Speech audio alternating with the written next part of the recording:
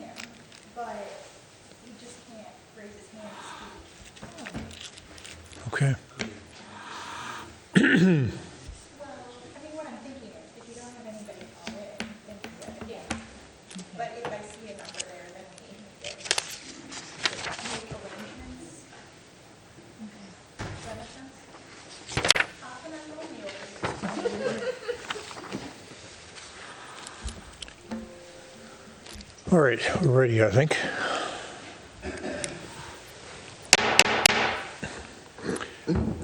Well, good evening, everybody, and welcome to the January 17, 2023 meeting of the Edina City Council. It is 7:03 p.m.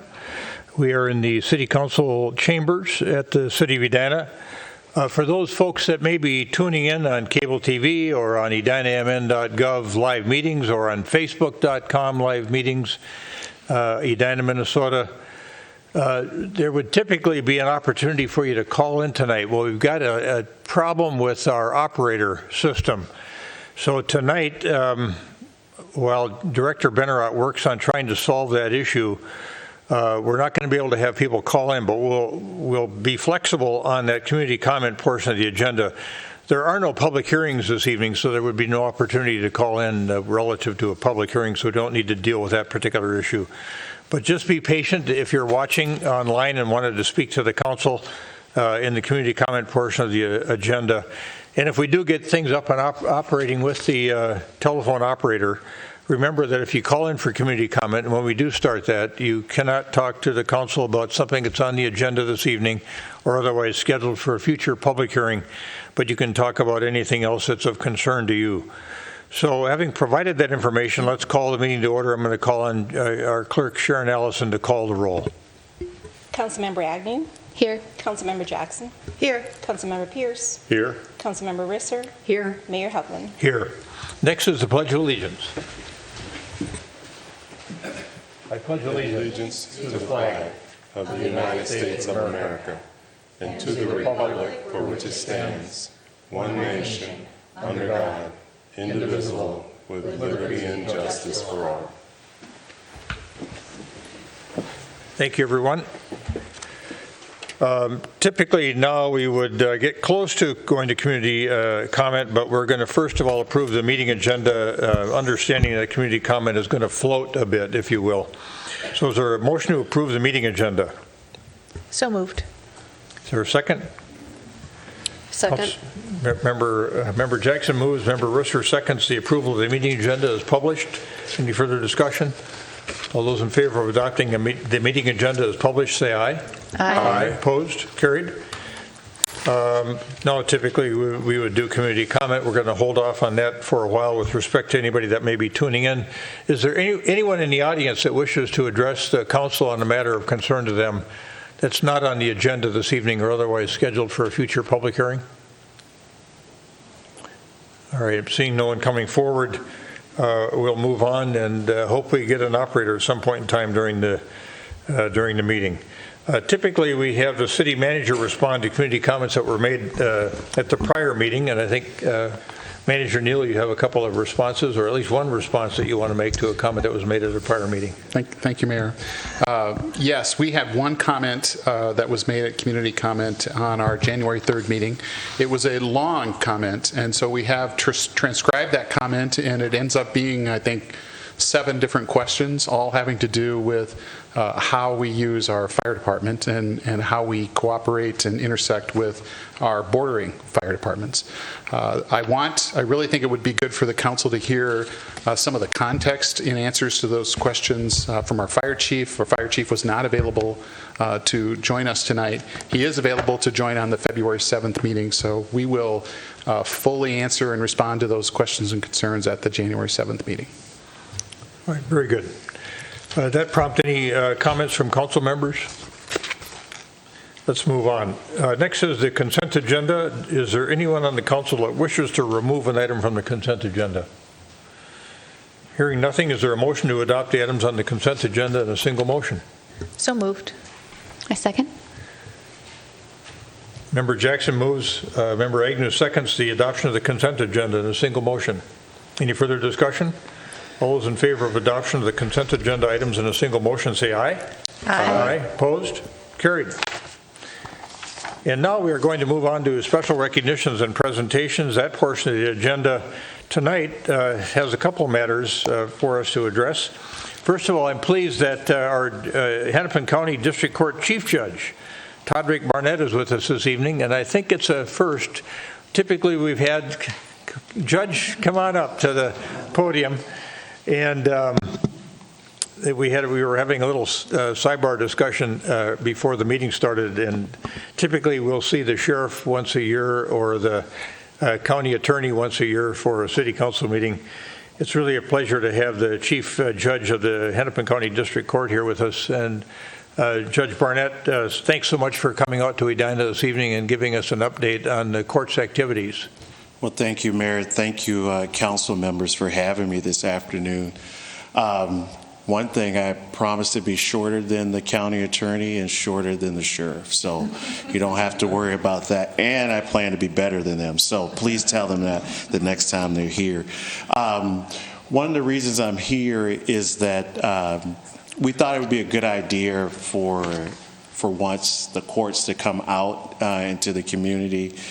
So we've been going around to a lot of the city council meetings and just giving you a quick overview of the court, answering any questions that you might have at the end. So I'll start with our mission, and I think you have our one-page sheet, the court at a glance, and that's to provide justice through a system that assures equal access for the fair and timely resolution of cases and controversies. I've been saying for the last couple of months, that mission didn't mean a lot to me at first until the pandemic hit. And then that mission started to mean a lot because one of the things that happened was how could we be timely at a point when a lot of our courthouses were closing? And then how could we provide access to the courts? And so what we've done during the pandemic and since then is we really have focused a lot on our remote hearing technology. I tell people a lot of times when I go around, I said, if I would have told our staff that we were going to go to remote hearings, they would have said no. But the pandemic has provided this opportunity. So April of 2020, so prior to that time, we never ever did more than 50 remote hearings. Never got close to 50. What you would see from April of 2020, and you will see all the way up through 2021, what our staff did was really by trial and error to start remote hearings so we could allow the public to have access. So we went from 50 remote hearings. You can see it climb to the point that we do 50 remote hearings, per month, to the point that we've gotten to the point of doing 3,000 to 5,000 remote hearings a month. And that's why I say if you would have had me to ask staff to do that, no way. But now that we've been doing it for a while, the court system as a whole throughout Minnesota, we're at a point now that we're having discussions really about, okay, remote hearings provide a benefit to the folks that use it. So what do we do? What hearings do we have that we can say should be remote and what requires to be in person? And so that final decision hasn't been made, but you can imagine that a lot of our criminal hearings have to be in person. A lot of our contested hearings have to be in person. Some of the benefits that remote hearings have provided for folks is that you don't have to come down, especially to our government center, and find parking and pay for parking, finding child care, or losing a lot of time from work. You're able to do remote hearings at home, at your job, or even in the car, as long as you're not driving. I'll say that. In the other side of that, some of the negative part of remote hearings is that we've seen a lack of decorum. And so we're really having to try to find a balance there. To give you a little bit of background about the courts, we have 63 judges, we have about 12 to 14 referees, but we have over 550 employees in the 4th Judicial District. Hennepin County is 22% of Minnesota's population, but we handle in any given year 30 to 34% of all the cases filed in Minnesota. The court system is divided into 5 divisions: criminal, civil, family, probate, mental health, and juvenile. Criminal being our largest division. One of the things that I want to talk about before I close is, well, 2 things really. One of our challenges, of course, right now is the backlog that we have. A lot of people, when they think backlog, they think of criminal cases. That is true, and I'll talk about that briefly, but also I remind people that we had a eviction moratorium. And so we're having to address that backlog for us. And so January 3rd, we started to go in person. We were doing those remotely. So a lot of people say, well, why do you go back in person? It actually takes more of our full-time employees to manage the remote technology, so Zoom is what we use, than it does to be in person for our mass calendars. So if you think about it, a person enters the courtroom in person, you can quickly direct them. When you're on Zoom, anyone that enters, we have to determine where do they go. So we have to have staff for that, right? And that's not easy. When lawyers want to have private conversations with their client, we have to put them in a breakout room. You don't have to do that in a courtroom. They just leave and they go out in the hallway or they find a conference room.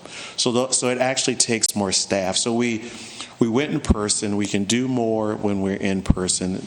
So I've hired a temporary referee for housing court specifically to help with the backlog.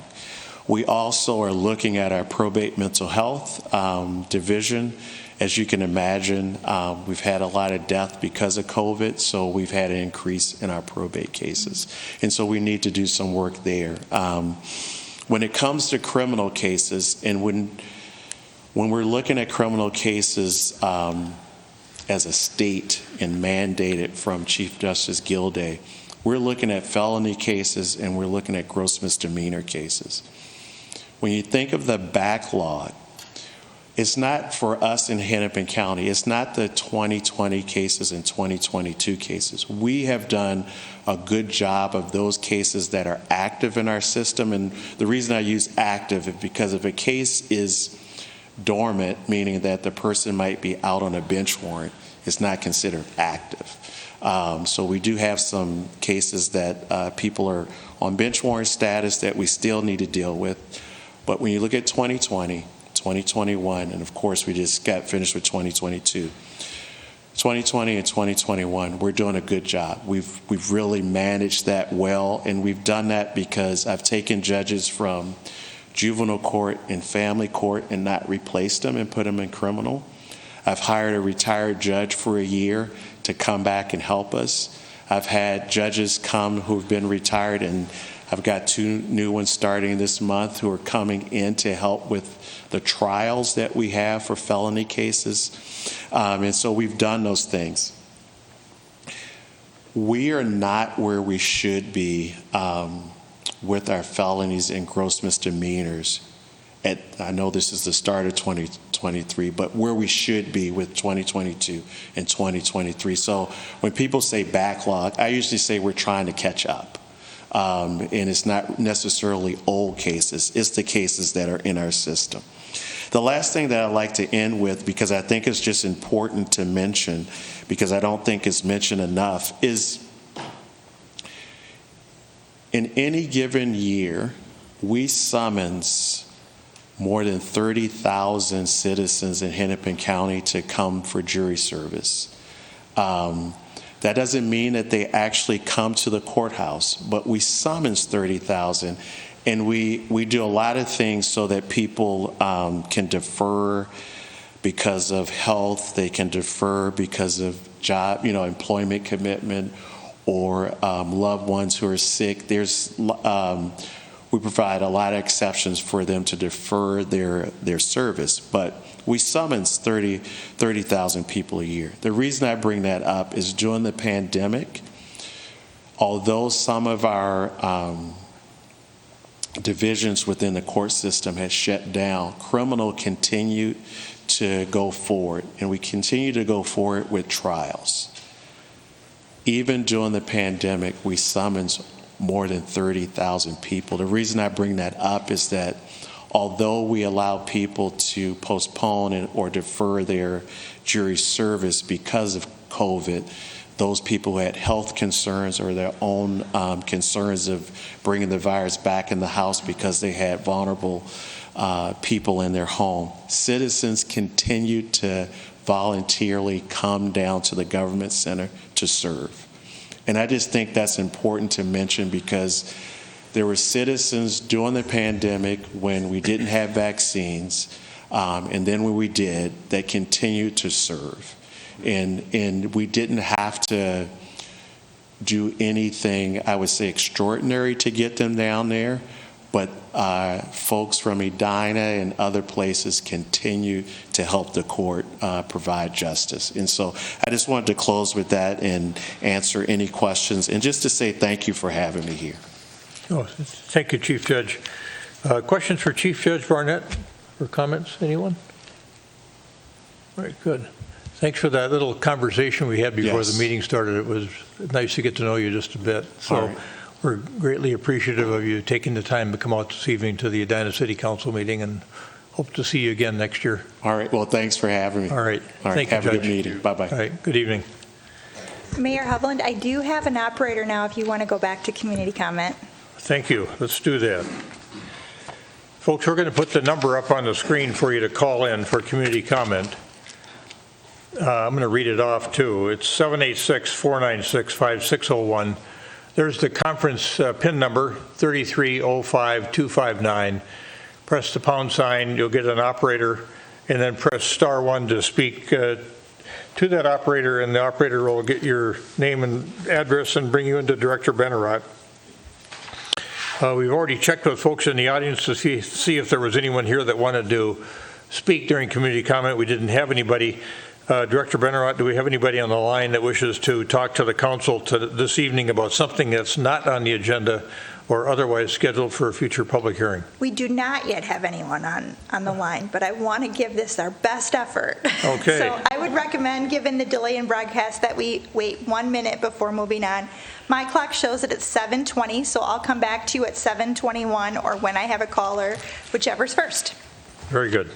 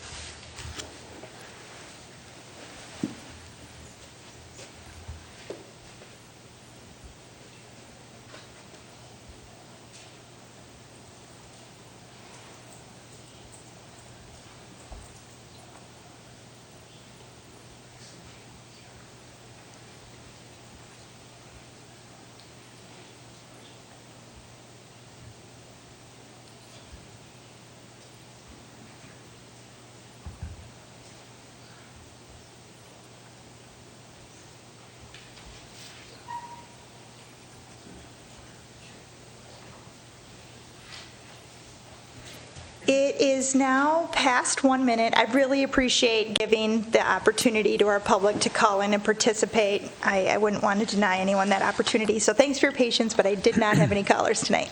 All right, thank you. I'm glad you kept working on getting our operator functional there from a technology standpoint. The next item on the special recognitions and presentations portion of the agenda is a proclamation called 2023 National Day of Racial Healing, and that is today, January 17, 2023. And before I read the proclamation, I want to let folks know that are listening in that there is an event going on right now that is live, and our diversity director, Heidi Lee, is participating in that program along with several other cities. I'm going to turn back to Director Benarott so she can give folks information about how to tune into that event if they wish to after I read the proclamation. There is an event going on virtually tonight for the cities of Edina, Bloomington, Brooklyn Park, Minneapolis, St. Louis Park, and St. Paul, along with both Hennepin and Ramsey counties. The session is online from 6 to 8 p.m. If anyone would still like to join, there is a link to it on our homepage of our website at edinamn.gov. All right, good. Thank you for that information. And the proclamation for 2023 National Day of Racial Healing, January 17, 2023, reads as follows. Whereas we all have witnessed growing racial divisiveness across the nation in urban, rural, suburban, and tribal communities that threatens the very core of our democracy. And whereas we must all work intentionally to create courageous and supportive spaces that acknowledge the traumatic past, promote the healing of the wounds created by racial, ethnic, and religious bias, and build an equitable and just society so that all people in the Edina community can thrive. And whereas residents have the right to be provided every opportunity to learn, grow, and thrive in nurturing environments that do not violate their safety, dignity, or humanity. And whereas every person has the opportunity to exhibit an act of kindness to make a simple change within themselves that can have profound effect on an entire society. And whereas if we all dedicate ourselves to the principles of truth, racial healing, transformation, we can all bring about the necessary changes in thinking and behavior that will propel this great city of Edina forward as a unified force and voice where racial biases will become a thing of the past. And whereas racial healing is an essential and fundamental commitment to the education, social, mental, and overall well-being of all residents in the city of Edina, now therefore be it resolved that the City Council of the City of Edina is hereby proclaimed Tuesday, January 17, 2023, as National Day of Racial Healing in Edina, and urges all residents to promote truth, racial healing, and transformation in the ways that are best suited for them individually as a means to work together to ensure the best quality of life for every child. Is there a motion to adopt the proclamation? So moved. Is there a second? Second. We had a motion by Member Jackson, second by Member Pierce to adopt the proclamation on 2023 National Day of Racial Healing. Any further discussion? All those in favor of adoption of the proclamation as read, say aye. Aye. Opposed? Carried. Thank you. Thanks, folks. And for those listening in, make sure you jump over to the website and try to catch part of that meeting. I think you'll really enjoy yourselves. All right, we're going to be moving on now to reports and recommendations portion of the agenda. And the first matter there is Resolution 2023, accepting donations on behalf of the city. We need a supermajority to accept a gift to the city. And we've got quite a few gifts in here, several of them from the Crime Prevention Fund, and we'll talk about that in a moment. But is there a motion to approve Resolution 2023-10, accepting donations on behalf of the City of Edina? So moved. Second. Member Agnew moves and Member Pierce seconds the adoption of Resolution 2023-10, accepting donations on behalf of the City of Edina. Any further discussion? All those in favor of adoption of the Resolution 2023-10, say aye. Aye. Opposed? Carried. This particular period, this resolution encompasses grants to the police department from the Edina Crime Prevention Fund for a variety of different expenses that the police department has. I think the grants total close to $12,000 from the Edina Crime Prevention Fund. And then longtime residents, Dr. J. Patrick and Linda Smith. Pat Smith is an orthopedic surgeon that lives in Edina that I think for a long time was the Vikings medical physician, medical doctor. $500 for general use by the Smiths. Thank you for that gift. And then for the fire department, Thurl Quigley and his wife Dolores, out of the Thurl Quigley and Dolores Quigley Trust, $100 for general use. And then again, Dr. Smith and his wife Linda, $500 to the fire department. And then the NC Little Memorial Hospice has given the total of $1,750 to the fire department. Public Works received a generous gift from John and Bonnie Crouch in the amount of $250 for the Bart Voss commitment to service, and the Edina Senior Center got a very nice gift from Elaine Phillips in the amount of $300, which was the in-kind value of a framed photograph. So thanks to all those donors to the city of Edina. Greatly appreciate it. And now let's move on to the next matter under reports and recommendations, and that is a request to modify the conservation easement at 6800 Indian Hills Road. And Chris Hawker, our Assistant City Planner, has this matter.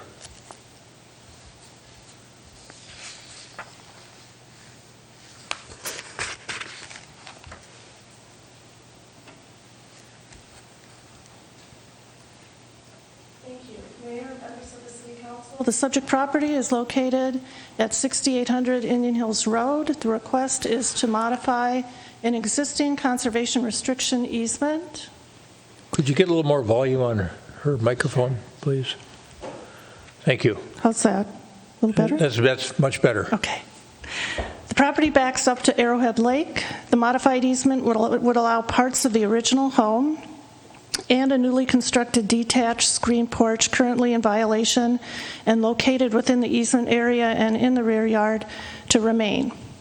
The existing conservation restriction easement is approximately 100 feet upland from the lake edge and overlaps towards the back of the house, actually a portion of the house, and the deck overlaps that, and then there is a new screen porch in this little box location that overlaps the conservation restriction. It also is within the 75-foot setback requirement. It's 51 feet away from the ordinary high water level of the lake. The request of council is to address the conservation restriction easement prior to a variance ask of the Planning Commission.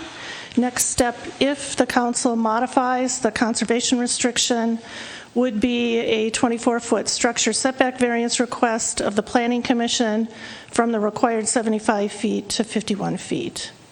And you can see that right here is a 51-foot setback to that proposed screen porch. The highlighted yellow areas are the described areas that would be removed from the conservation restriction area, which is the purple highlighted area, and then the blue line indicates that required 75-foot setback. The freestanding screen structure did not require a building permit due to its size. It's less than 200 square feet. As a result, no plan review or inspections were conducted on the project by building inspections. The inspections department became aware of the building due to a complaint that was referred to the planning department to follow up, which leads to the issue at hand. These are some photos that were taken.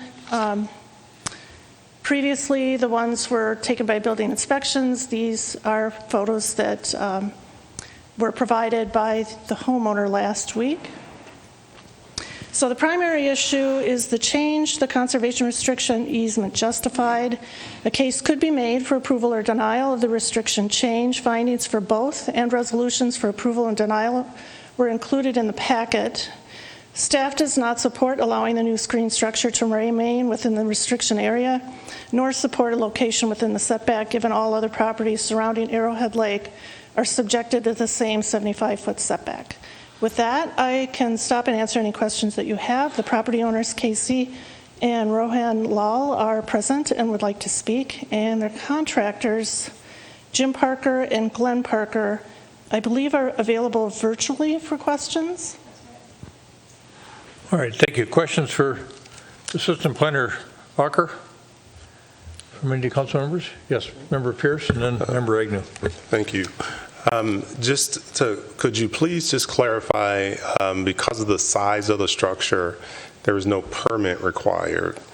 And so in those cases, other than a neighbor issuing a complaint, what's the process that would, or due diligence, if you will, that should occur in a case like that? Hopefully, the property owner or the contractor for the property owner would investigate what the ordinance requirements are. So there wouldn't be a situation like this. Okay, thank you. Member Agnew. In one of the slides, you showed the area with 2 areas that were highlighted in yellow. Can you clarify, is the screened porch that was off to the side the only area that's in question, or are we also thinking about the other highlighted portion that appears to this to potentially be out of compliance? The new structure, which is here, has been described to be an exception to be pulled out of the conservation restriction, and then also a portion of the house here and a deck, and they seem to be original to the home construction. So yes, the back of the house, there's a portion of it and the deck that overlaps into it, and they also have a legal description that would be then pulled out of that restriction area. So the deck area in particular is potentially out of scope if we were to, for example, deny this, in the sense that they wouldn't need to tear it down or anything like that because it has been standing there for a longer amount of time. So the only kind of structure that's under real discussion today is the screened-in porch. Well, they are requesting to have the highlighted yellow areas pulled out. Okay. The city was made aware of the new structure. They're hoping to address some existing conditions as well as that new structure. Okay, thank you. And then I do have one additional question. So there was reference to questions and engagement that they had with the city that were not responded to. Do you have any record of those correspondence, or can you speak to anything that might have been requested in terms of permit paperwork? Sure. I asked building inspection staff if there was any record of contact with the property owner or the contractor, and there was no record of that. Nobody had any recollection of speaking with somebody, but I did get an email, which I can read to you, from inspection staff in response to questions about 6800 Indian Hills Road. The Building Inspections Department does not provide the setback and hardcover requirements to residents. We direct residents and contractors with those questions to the Planning Department.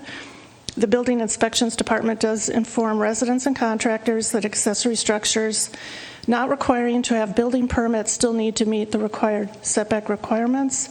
The subject structure is said to be less than 200 square feet, therefore a building permit would not be required. Building inspections also has no record of permits applied for on this project. Permit submission through project docs is the standard practice for contractors or homeowners submitting paperwork for building and remodeling projects with the city. Thank you. Member Risser. Just for clarification, it really is beyond the purview of the city of Edina to be providing feedback or legal advice about conservation restrictions and easements, correct? That's not our area, right? It is a city easement. It's a city, it is a city easement, Yep. but if a property owner is considering a project near a lake, we're the city of Edina. My understanding is would review the project to see if it fit guidelines, but you would need to contact a title attorney or somebody in order to get clarification on whether or not an easement restriction is in place. We don't have, is that correct? Well, Member Risser, I would say, since this is a city easement, I don't know what records the city has. They could certainly call and ask whether the city is aware if there's an easement there, and the city can answer that question if it is aware. Beyond that, I think their due diligence would require them to review their own title work on their own property and confirm any information that they receive. And also with respect to the setback, they could either review the, publicly available ordinance documents, or they could talk with the planning department about that. So there'd be a number of options, but your basic point is correct. The city's not in the business of providing legal advice to folks, but they certainly could ask questions, but that would not be the end of their inquiry or their due diligence. Thank you. Member Jackson, any questions? Okay. Further follow-up, Member Pierce. Thank you, Mr. Mayor. Could you bring the chart back up, the picture? No, I'm sorry. You were, there we go. Yeah. Can we just clarify, because I'm not sure that I'm clear. It's a follow-up to Member Agnew's question. So the freestanding is an exception, so understand that. But with pending decision today, the deck, so the other yellow, is that, or would that be grandfathered in with an approval, or would we need to take some other action on that because it is also within the restricted area? It's currently encroaching, and they're asking that it be removed, that area as well as the new structure. So I guess denial would continue it as an encroachment. And then because the new structure is something that the city was recently made aware of, we would ask them to move it or remove it. So let's go to Mr. Kendall. So assuming that we have a denial here, what are the next processes that the homeowners could go through to seek some kind of relief from this situation where they're out of compliance, if anything? So, Mayor, I gather that staff is reporting that both these structures highlighted in yellow are encroaching into the easement. I don't understand staff to be recommending that the city take any enforcement action with respect to the deck. In other words, staff is not recommending that the city demand of the owners that they remove the deck. I think staff, it sounds to me, is recommending that the city demand that the owners remove the separate screened-in porch. So I think the council has the option to deny any modification to the easement, but not take any action as far as enforcement and demanding removal of the attached deck. Or the city has the option to partially grant and partially deny the request in terms of accepting out the deck from the easement, the attached deck from the easement, but not accepting out the separate screened-in porch from the easement. What's the effect of denying a modification of the existing conservation restriction relative to the freestanding gazebo screen porch? Well, if there's no change to the description or location of the easement, it remains where it's shown there in purple. And then I gather that subsequent to that, staff would recommend removal of the separate screened-in porch. So staff would have to make that recommendation and come back to us? Right. All right. Well, I don't think they'd be in violation, they'd be in encroachment.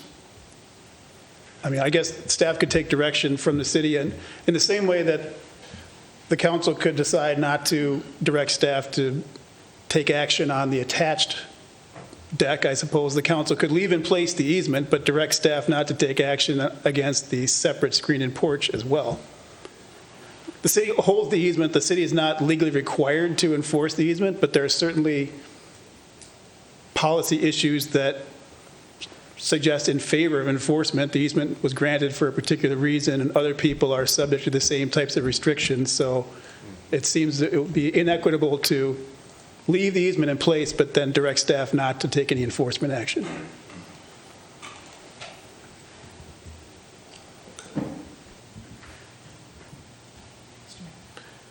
Well, there's a provision in the conservation easement itself, under Section 10, that provides rights and remedies in law and equity that are available to the city of Edina.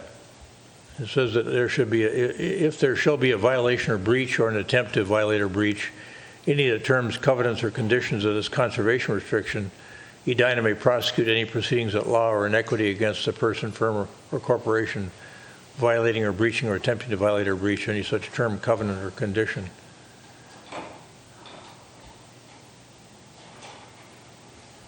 Edina, in the event of such a violation or breach without notice, may at its option enter upon the easement area with such personnel, equipment, and material as it deems necessary to undertake and perform the term, covenant, and condition so violated or breached.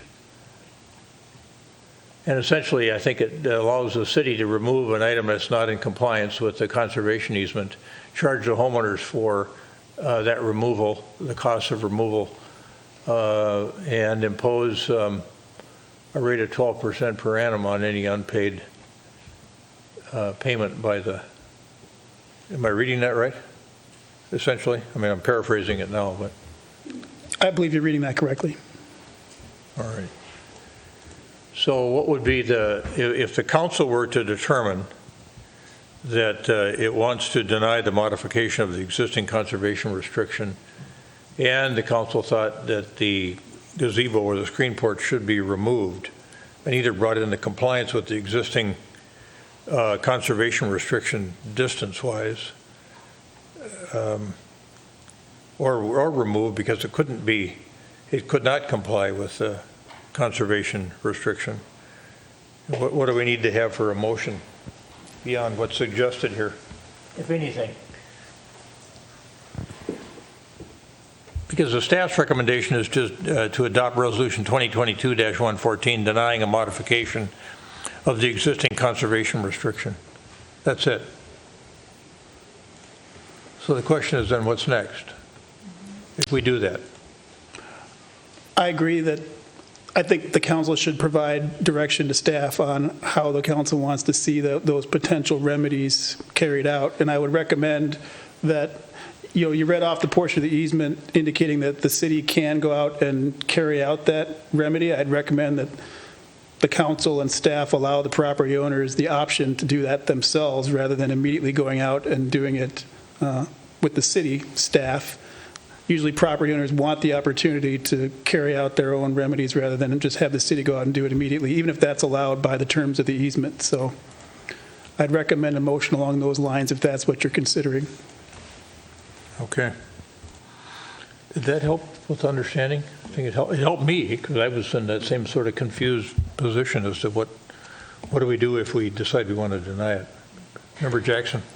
And we don't lose any rights on the easement by not acting on the porch and the deck at this point, right? So if the house were to be torn down and rebuilt, we could still enforce the easement and wouldn't be, by use, we wouldn't have given that up. Is that correct? Well, I don't think so. No one's made any claim that there's any type of waiver of rights, and the city's not indicating that now. Okay. So, all right, that answers my question. Thank you.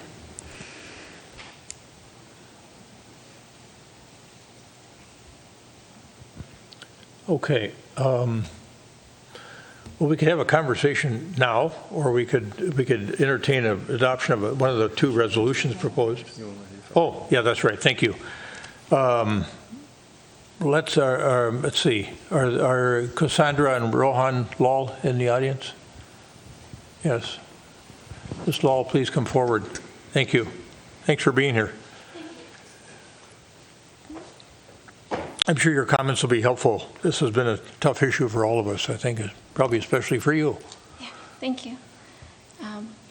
Good evening, Mr. Mayor, City Council members, and staff. My name is Cassandra Lal, and I live at 6800 Indian Hills Road in Edina. I'm here today to discuss a modification to our property's conservation easement. I appreciate this opportunity, and thank you for your consideration. Could you move a little closer to the microphone, please? Yes. Thank you. Is that better? That's better. Okay. And you can, yeah, pull it. There you go. Okay. My husband and I always hoped to have a screen porch, having grown up with them.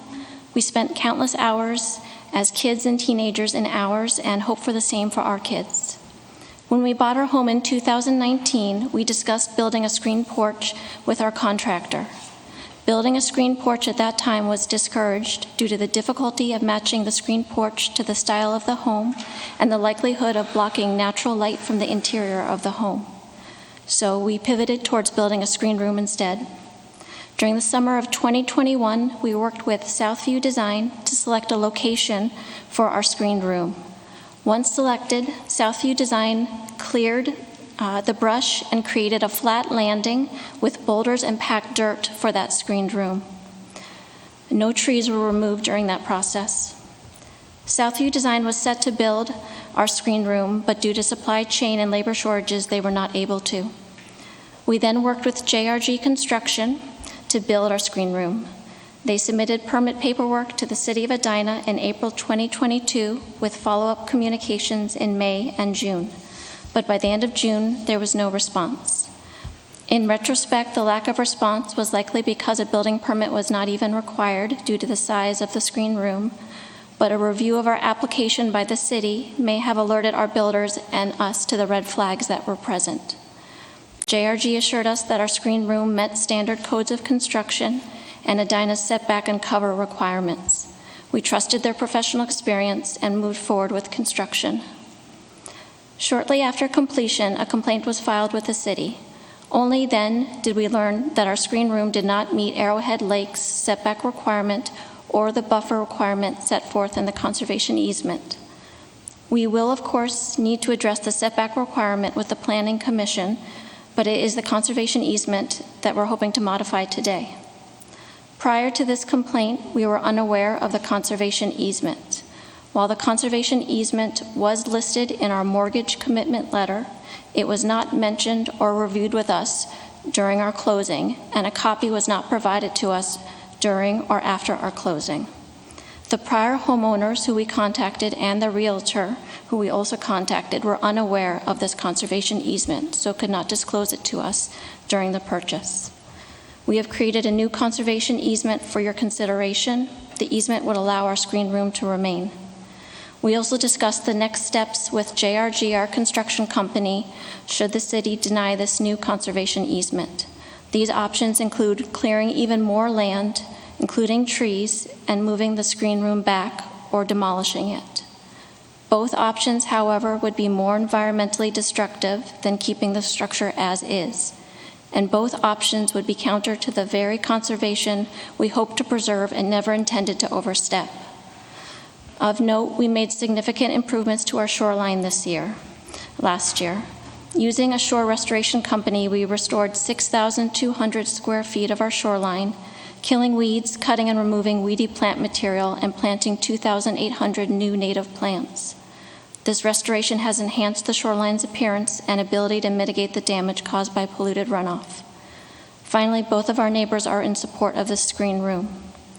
We hope to work with the City of Edina towards a solution that avoids both waste and any further destruction. Thank you again for your consideration and for hearing me out. Thank you, Ms. Lowell. Thank you. Bear with me a moment. Does anybody have any questions for Ms. Lowell?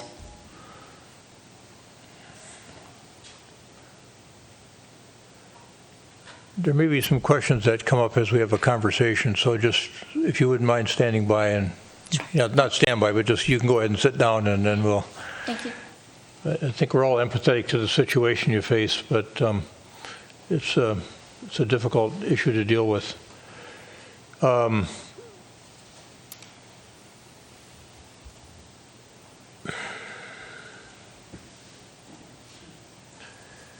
Did the contractor who's with us virtually wish to make any comments?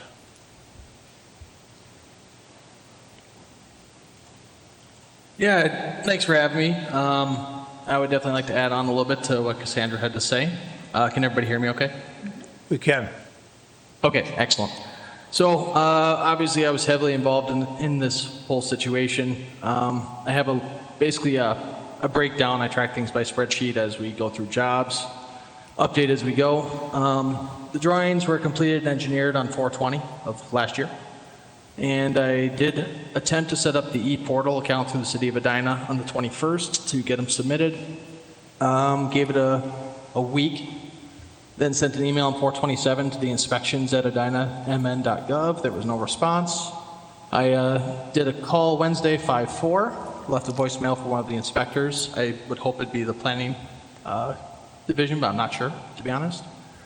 And didn't hear anything back. We tried again on the 18th, and again, there were just multiple attempts to contact somebody at the city.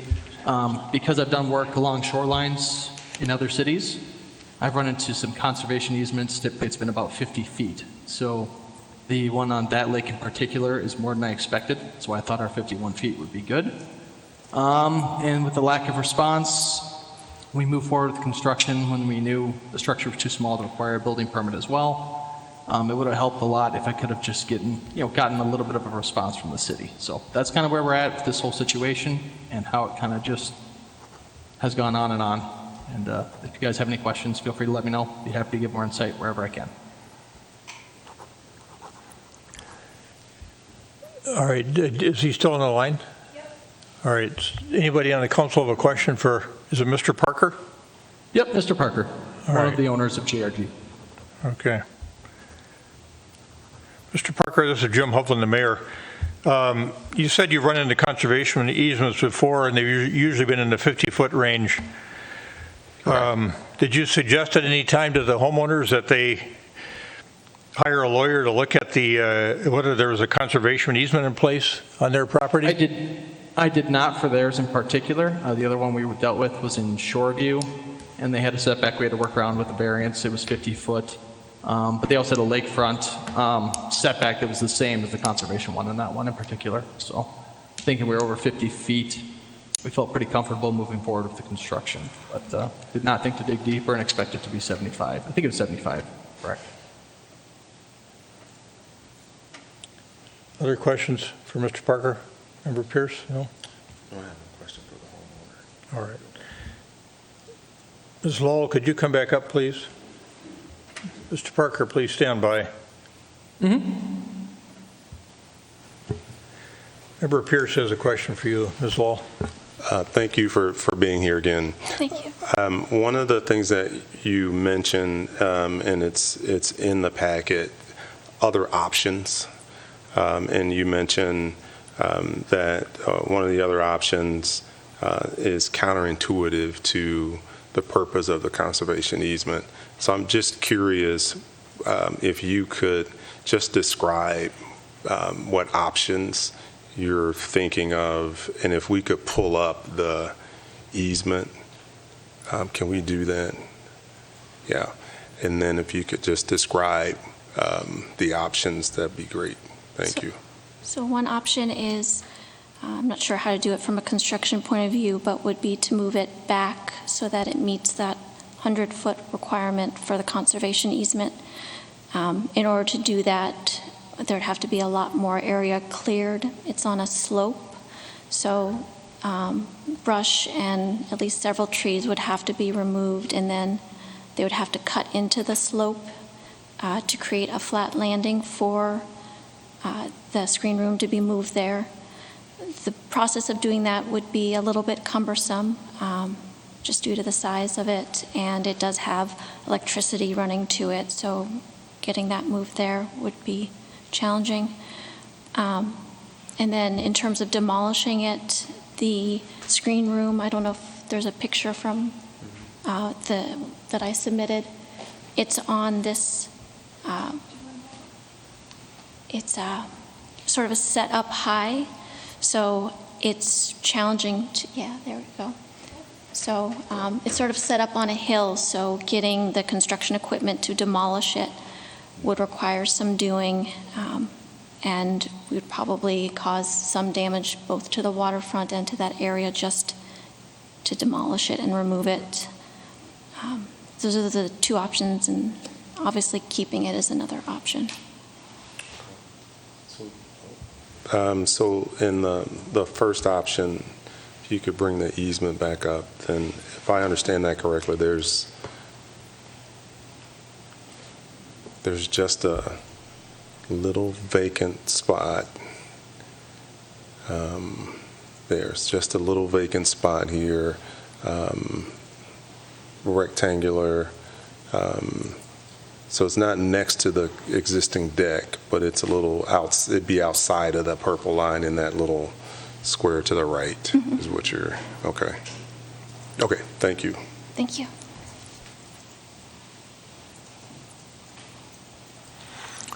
Other questions, comments from council members?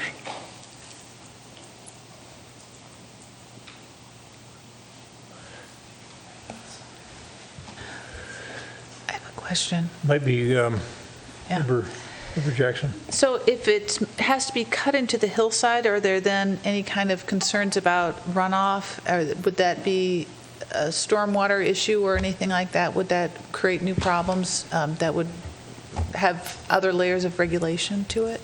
It depends on the volume of fill or cut that they would do as part of the project. So if it's over 10 cubic yards, then they'd have to get a stormwater permit, a grading permit with the city. If they get a much larger amount, than a watershed permit. Okay. Thank you. Let's have a conversation about this proposal from the applicant. I suspect there's a certain sentiment up here at the council. I can tell folks are trying to problem solve this. It's a very charming little gazebo, beautiful yard. I really feel like that two contractors failed you. One of them does an extensive amount of work in Edina, Southview Design. But you also should have known this yourself because it was in your homeowner documents. So,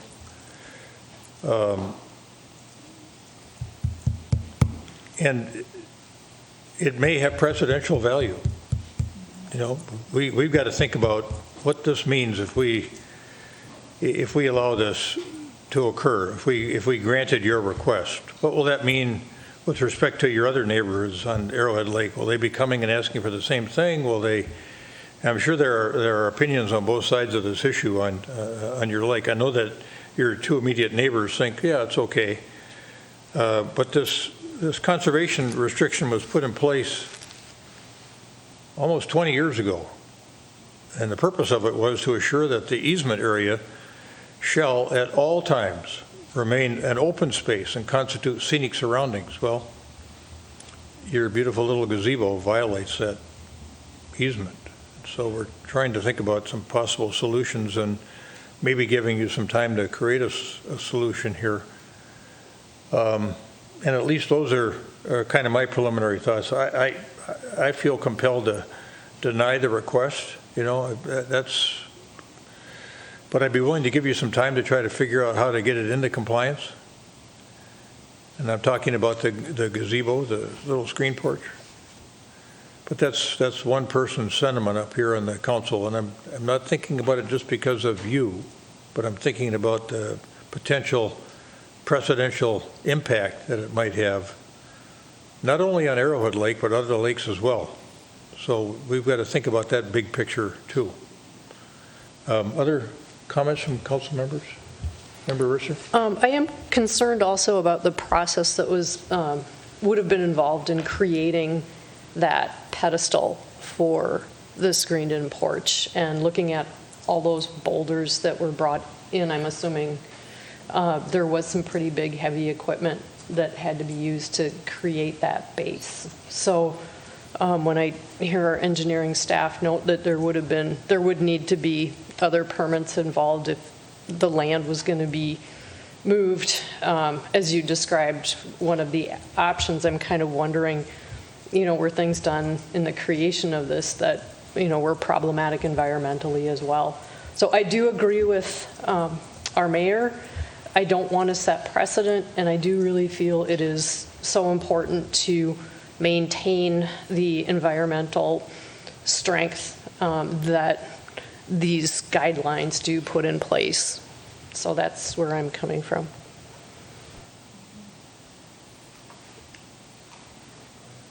Member Jackson? Member Jackson?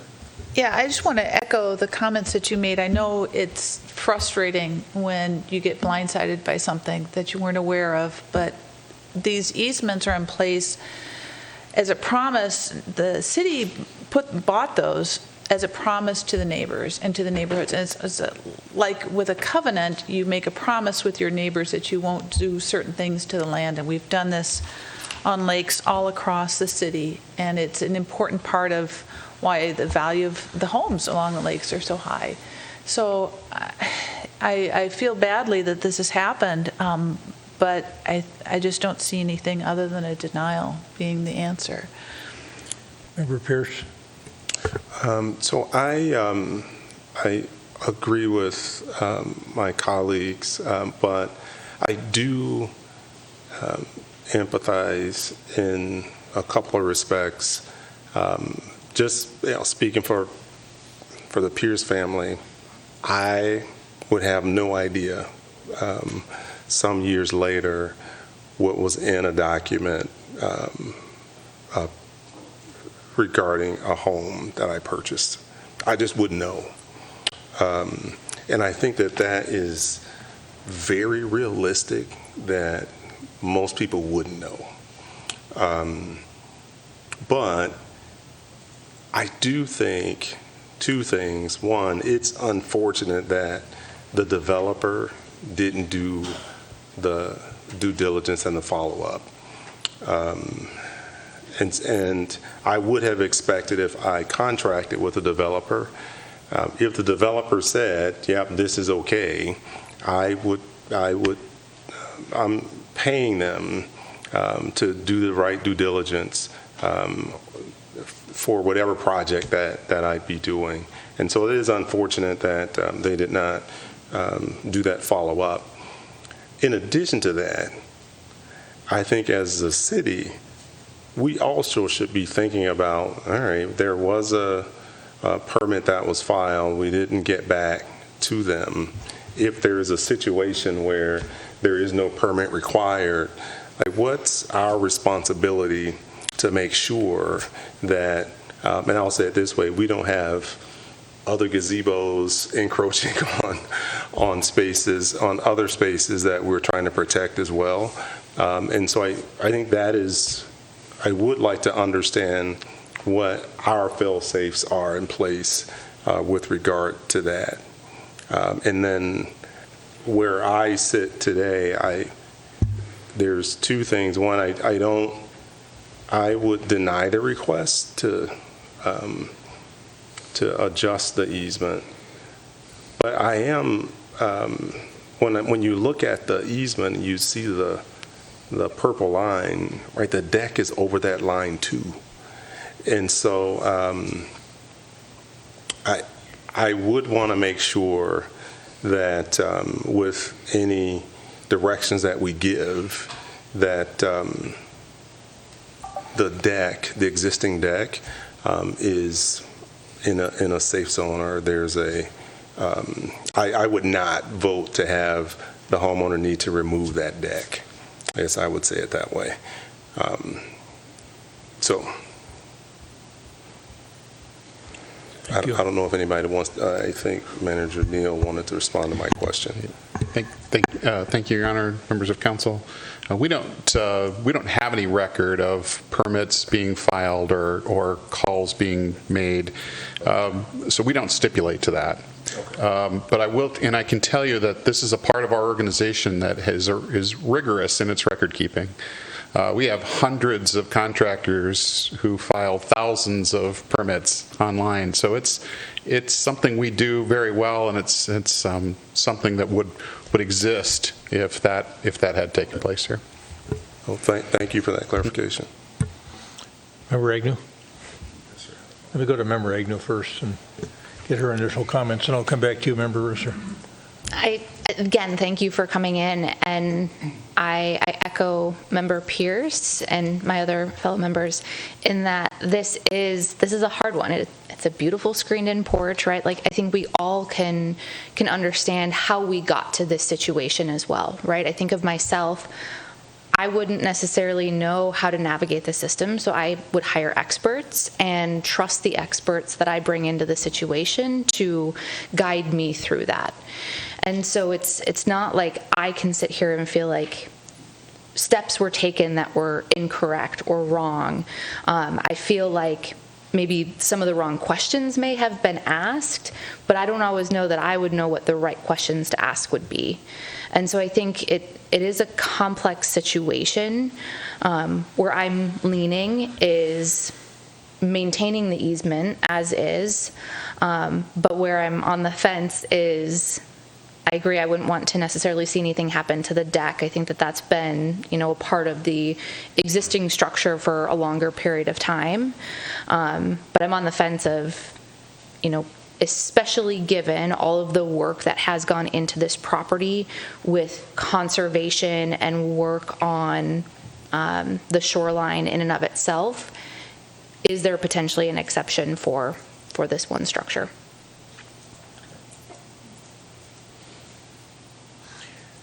It strikes me that one of the things you need to be particularly careful about, maybe it's because I'm a lawyer, is when you get to lakeshore, especially in a city environment. We've had so many circumstances in Edina where we see conservation easements on lakeshore property, and I think in this situation you can assume that the owner of these two lots, who was a developer, wanted to do something that was probably consistent with everything else that's done around Arrowhead Lake, and that's have a sufficient buffer between physical structures and the water to provide that sort of outdoor environment that's discussed plainly in terms of the purpose of the conservation restriction. So it really leaves us to me, it's awkward because we care about you as a family, and we don't like to see you have to spend your money to move something that was beautifully done, but we've got bigger responsibilities here, and that is to enforce, in my mind, I think everybody else's too, that have expressed it in different ways, this conservation restriction that's there for a reason. It's there for a reason to protect the integrity of those, particularly those two lots that were part of this agreement with the city, and the city took over, ended up with this easement. So let's go then, and let's talk a little bit about, what Mrs. Law was talking about. Oh, Julie, excuse me, Member Risser.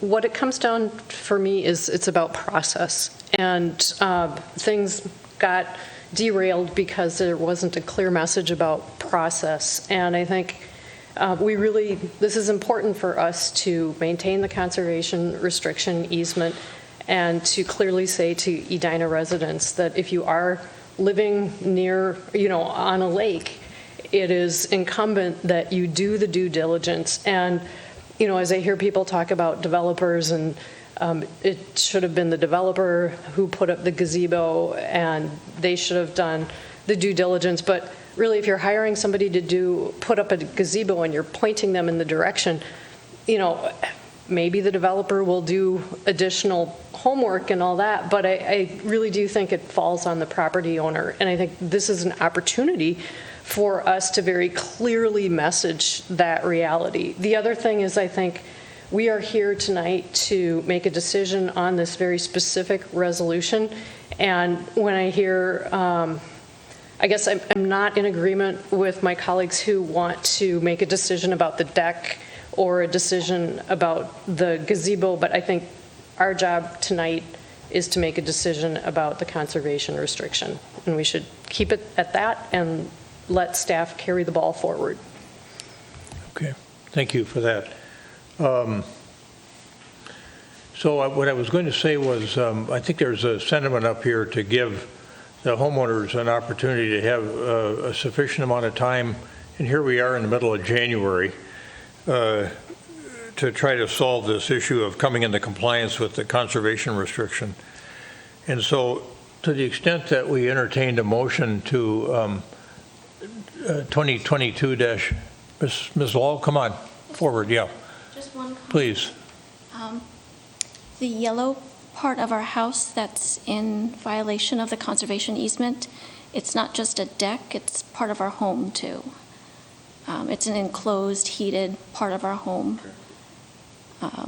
So the deck, I can understand removing, but the other part's just a livable area.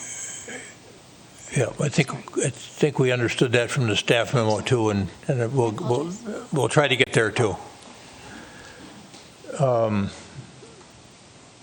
So Resolution 2022-114 would deny the modification of the existing conservation easement. To Member Risser's point, that's staff's recommendation. Our city attorney is suggesting that one thing we could do would be to provide an enforcement mechanism, if you will. I think we would prefer to talk about it in the sense of giving the homeowner a sufficient amount of time to come into compliance with respect to the gazebo only, with the conservation restriction. Seeing that it's the middle of January, I don't know what the inclinations. First of all, I guess the threshold question is, are people comfortable giving the homeowner some time to come into compliance on the gazebo? Seems like people Yes. are. And then how much time? Because we should peg the time. We shouldn't leave it open-ended, I think. So 6 months? 6 months? Yeah. That'd be July. Okay. Does that seem like something people would be comfortable with? So is there a motion to adopt Resolution 2022-114 denying a modification of the existing conservation restriction So moved. and giving the homeowner 6 months to come into compliance with respect to the gazebo / screen porch, bring it into compliance with the conservation restriction? We can do that in one motion? Yeah, I'll move that. Second. All right. Motion by Member Jackson, second by Member Pierce. To the motion as stated. Was it clear enough? In my opinion, that was clear enough, yes. All right. All right. Any further discussion? All those in favor of adoption of the motion stated, say aye. Aye. Opposed? Carried. All right. So sorry you got in this position, Ms. Law. Yeah. Another one of those life's lessons. All right. Now we're going to look at a sketch plan review for 5201 Grandview Lane, and Director Teague has this matter. Yes, thank you, Mayor. Members of the City Council, as mentioned, the Council's asked to consider a sketch plan review this evening to provide the applicant and the property owner with non-binding comments for a potential future redevelopment proposal. This project is located on the corner of 52nd and Grandview Lane, just on the edge of the Grandview district. The property owner is proposing to tear down the existing duplex on the site and build a triplex. The entire block of Grandview Lane contains duplexes that are all zoned R2. The request here would require, should a formal application be made, a comprehensive plan amendment to re-guide the site from its current designation of low-density attached, which allows between 4 and 8 units per acre, to medium density, which allows up to 12. With 3 units constructed on this site, the density would be 10 units per acre. Also, a rezoning would be required from R2 to some type of planned residential district. Staff has provided a quick review memo and outlined some of the issues. The applicant is here to present the project in a little more detail. As we discussed at Planning Commission, and staff would suggest that this entire block could be considered for higher density as part of the next comprehensive plan amendment. It's one of those areas that we've looked at for potential change in land use, especially given the high density designations to the east and west. But with that, I will introduce Steve Benke from Donay Homes to present the details. Mr. Benke, nice to have you with us again. Thank you, Mr. Mayor. Members Those of the commission. townhouses look very good over there. Yeah, we like them. Across from Jerry's. Yep. Yep, that project is part of what continues to drive us to try to bring townhomes to Edina. And Commissioner Agnew was able to hear this at Planning Commission as well. So thank you for that. And then why don't you give us your full name and your business address? Steve Benke with Donnie Homes. I'm a senior project manager there for 30 years. And our address of our company is 9655 63rd Avenue North in Maple Grove. I'm going to refer to our narrative because I thought it really covered a lot of things that Carrie does as well. Carrie just did as well. And I think the most telling image of our package was the aerial photo with the subject property in the lower left with the orange and red highlight on it. That is a building that was purchased by Peter and Liz McDonough, our clients right here. They also are the people who we worked with on Hankerson Townhomes, the Grandview Townhome project on Hankerson and 52nd Avenue. They do own this. They came to me with an idea to increase the density a little bit. They've lived in this building for a while the other building was under construction. They moved here when their home on the other parcel was removed. They've since moved to another site, but they do have firsthand knowledge of the neighborhood, the people that live here, and the building. The building was built in 1957. It is a brick veneer structure, and most people would think that makes for a long-lasting building, and it can. It also hides any defects that are in the building because the brick is very difficult to see any damage through. They have put in a significant amount of money into the building and are finding that it does not work in their minds to continue to simply put money into this building, and they'd rather see something a little bit newer, as we've done around the corner. When you look at the site, as Carrie pointed out, is a interesting finger of residential construction in the midst of an apartment complex surrounding them, and not only east and west, but also south of the block. Not necessarily this parcel, but of the block. There's a 6-unit apartment building immediately east that overwhelms this area. There's a 4-unit building to the east, and then there's a 3-4 level building to the south as well of this neighborhood. It was interesting that this was an R2 neighborhood when I first looked at it as well. As we started looking at what we could do here, and I brought this up with Planning Commission a little bit, I really noticed that the idea for Edina is to entertain missing middle construction. There's a missing part of the zoning code. And I think it's really exemplified by some of the variances that Gary noted in the report. Essentially, when you look at what a PRD3 zoning does on a lot like this, it essentially squashes the buildable property down to quite a small part of the property. Yet, what we are suggesting here follows the pattern that is required of single-family and twin-home development, where we are meeting the setbacks of the existing project, the existing block. For example, PRD3 asks for a 35-foot front yard setback, where 30 is standard and the existing street is 30. So essentially what the variances that are listed here are simply bringing the homes that we're proposing into compliance with the existing structures on the street. Given this is such a small part of the street, I can't understand why we would start to try to put a much heavier multifamily zoning on a small piece like this by moving everything to PRD3. What I'm getting back to is there's really a gap, I think, in the city's zoning code, and I think because of that, what we talked a little bit about at Planning Commission was having the council encourage Planning Commission to do some studying on that as well, in addition to looking at some of these areas for higher density. With that said, the proposal here would be for a project of 3 units on what currently is a 2-unit building.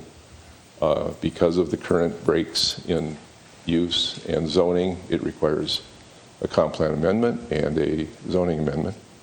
But when you're looking at the project of 2 units being changed to 3 units, the overall effect on the neighborhood is minimal. I will point out also that Planning Commission actually suggested that we come back with 4 units. We thought that was interesting. We decided to wait to hear from you first. With that said, the buildings are proposed to, let's see how far down can I get here to them. We had done a similar project over off of 52nd and Drew. Now in that case, it was the replacement of a twin home with a twin home. That was a project that was not done for a client. That was a project that was done internally. That project turned out very well. Both units sold prior to finish, and the project type, the unit type, was something that our clients, the landowners, are happy with and wanted to try to see if we could reproduce on this lot as a 3-plex. It does provide for some very nice upgraded interiors compared to what's at the home now. Obviously, that's going to be true of any new construction today. Simply, our standards today are a little different. Let's see if I can move on. Again, I think we're always going to come back to the missing middle. While we do a lot of single-family homes in the city of Edina, we think that providing the neighborhoods in Edina with townhomes, it addresses what we hear when we have open houses for our single families. We hear people because people know that we build townhomes elsewhere, they ask us, why can't you build them in Edina? They ask us, why can't you build single level homes in Edina? Because that's what they're looking for, and that's what they'd like to move to. Let's see if I can move back to, okay, so for our building, what I have here is, zoom in just a little bit.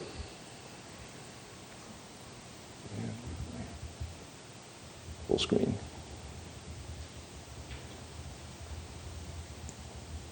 Was it F10? I think you could take the X on the bookmarks. It might move it over. Oh, I can move it over. I made it too big. I was looking for full screen, Carrie, sorry. I was trying to remove these. That's going to be, so a little hard to see here, but what's really evident is the existing building. The existing twin home is a fairly large structure. It's L-shaped. It covers actually more of the lot than our proposal does. A lot of that is garage right now. It faces on 52nd Street. We note that we're proposing a building that is essentially split level. We do note other split level types of twin homes on the site, so on the street, so it's not like we're doing something significantly different. The proposal does have a plan that addresses 52nd Street directly, as well as 2 units that face onto Grandview. Again, all the current buildings on Grandview Lane have driveways directly onto the street. We didn't benefit from an alley like we did for the Grandview Townhome.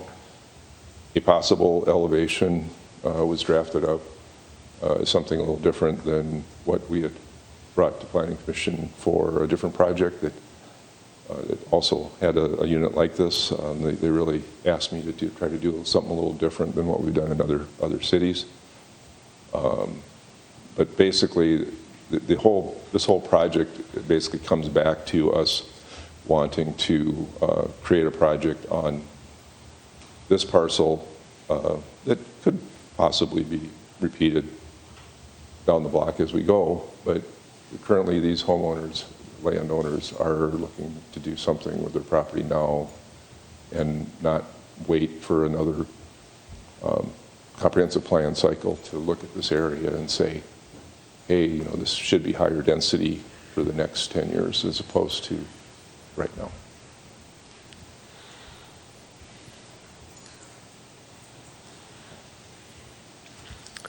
All right, thank you. Very good. Questions, comments from council members for Mr. Benke? Member Risser? I want to clarify that the existing home and all of the homes along this block are missing middle, but they're affordable missing middle. And I'm looking at the document that we got from Affordable Housing Development Manager Hawkinson, and she came out strongly against this proposal because we do have such an emphasis in Edina on trying to create more affordable housing and also trying to protect naturally occurring affordable housing. Are any of your units going to be in the $300,000 range? They're not, and honestly, we read that and we couldn't agree with her comments. She's looking at one metric, the Hennepin County tax value. That doesn't relate to the state of the building, that doesn't relate to size of the units. These two units are not the same size. One is very small, one is very big. One has the triple garage attached to it and the other one does not.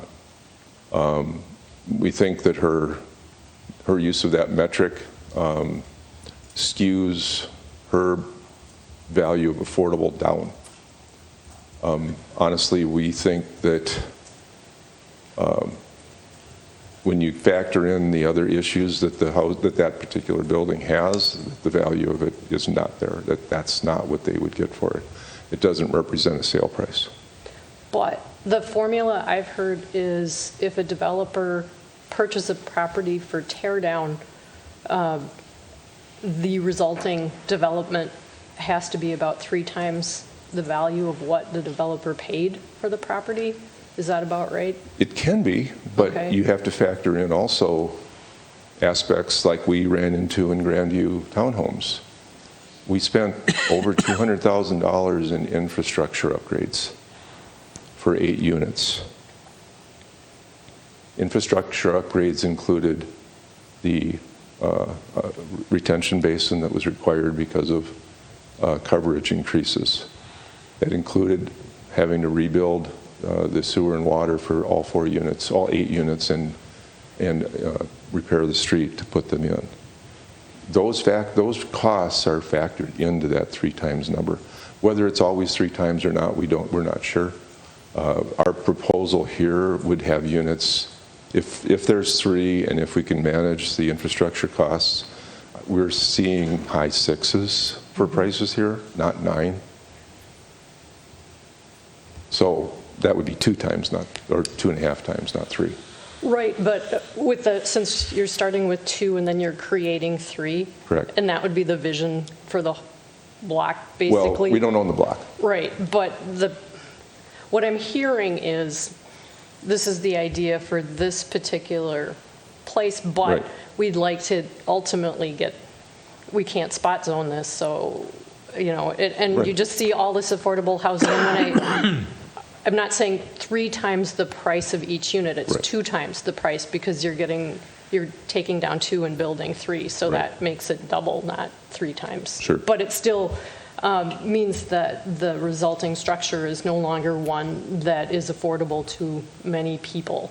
The other concern I have is the ability of people with limited mobility. And with this particular home, you have provided reasons why it needs to come down. But just looking at the style and the proposed split level, yes, I know those are there, but there's also single unit, or excuse me, 1 unit floors that are easy for people to negotiate in a wheelchair. And then you've got that level down below that could function as a more private space, for a family relative. And with the split level, you don't necessarily have that. Well, there's a lower level with the bedroom that would function that way. Okay. But and honestly, if you don't mind, when Planning Commission did suggest 4 instead of 3, they did suggest that could generate some smaller units, because obviously you're trying to get more units onto the same lot. And we've started looking at that. I didn't want to spend a lot of time on it until I could hear what council's opinion of that idea was. But, that would be an idea that would, by bringing even more density to it, it still would achieve the idea of having smaller units that would be more affordable. How big is the units that you are proposing, the townhome? They're about 1,300 square feet as a footprint, but if you look at the lower level, you're at about 1,700 square feet. The existing unit that has the garages is over 2,000 square feet on 2 floors. And then the other unit is smaller. I don't have the exact square footage of the second one, of the existing building. So comparable to the size of the duplexes that are there? The units would be comparable, but because the garages are underneath them, which is part of what drives the elevation, and keep in mind that that was just an initial elevation that we were looking at here. Obviously, if we come back with a proposal, we could certainly revisit that. But because the garages are underneath the buildings, you're actually a little bit more efficient, which is why the 3-unit building footprint is somewhat less than the existing 2-unit footprint in terms of its coverage, which could end up helping with the infrastructure, because if we aren't increasing the coverage, we may not have as much to worry about in terms of making up for retention and for drainage.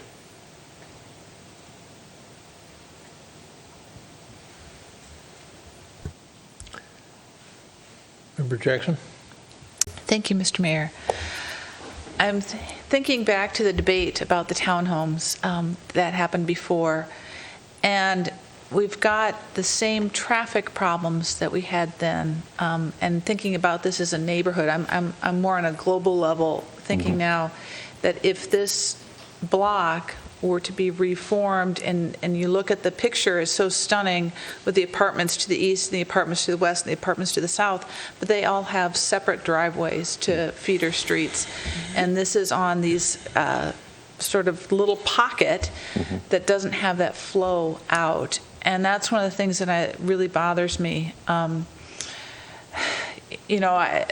Conceptually, the idea of building this out and everything, I don't know, to the south, the picture that's provided with the comp plan stuff, the south doesn't lead on to that 53rd Street, does it? Yes, it does. It does? Yeah, that's actually the way we've been coming in and out frequently for access for Grandview.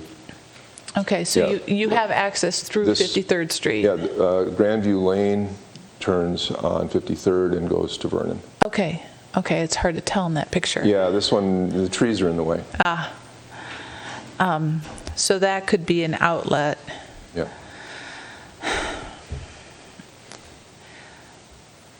I wish we could study it right away. Yeah.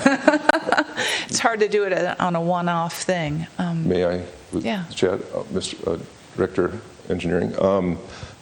Right now, there's about 40 houses using that street. If the project went through, and let's say the whole area developed it with a 50% increase, we'd be at 40. We'd be at 60. Yeah, I'm sorry. Thank you. It's okay. We'd be at 60 units in a public street of this size in this area. No impacts to traffic. Okay. So, Yeah, pretty minor changes. yeah. Well, that helps to know that there's that outlet there. Yeah. And then, of course, it goes north to. Yeah, into that neighborhood that's there. Yeah. But it does have that southern outlet. Correct. That's.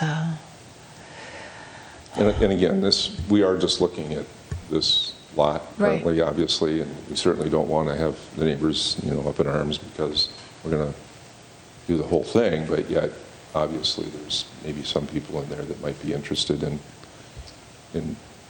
doing the same kind of a thing down the road. Right. I'm just thinking from my perspective how to process this. With the smaller footprint, I would have assumed there'd be less drainage problems. And is there a drainage problem in this area? It seems like it's on the top of a hill. It is. Okay.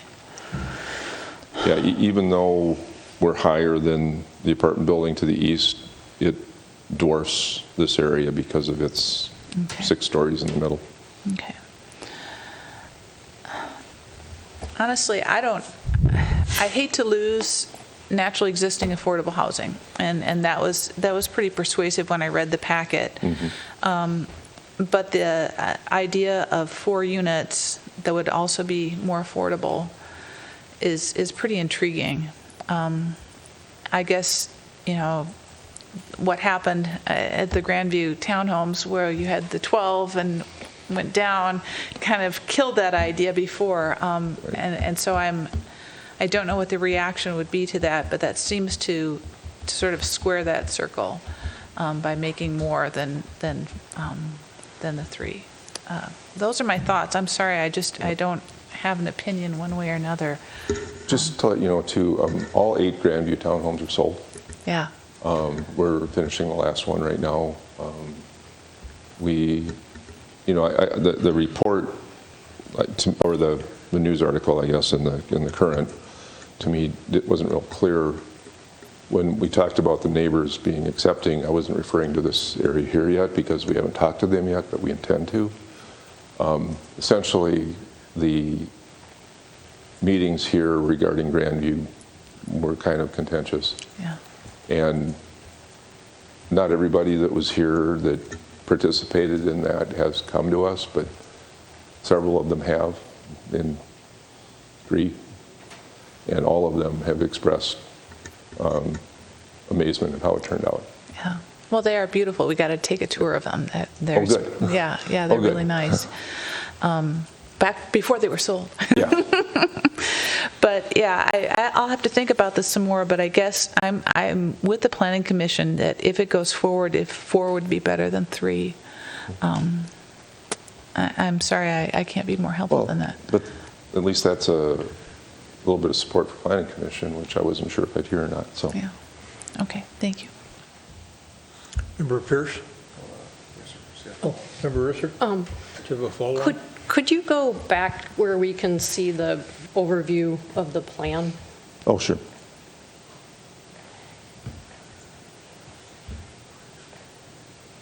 And again, Actually, the aerial view. Oh. I'm sorry. Yeah.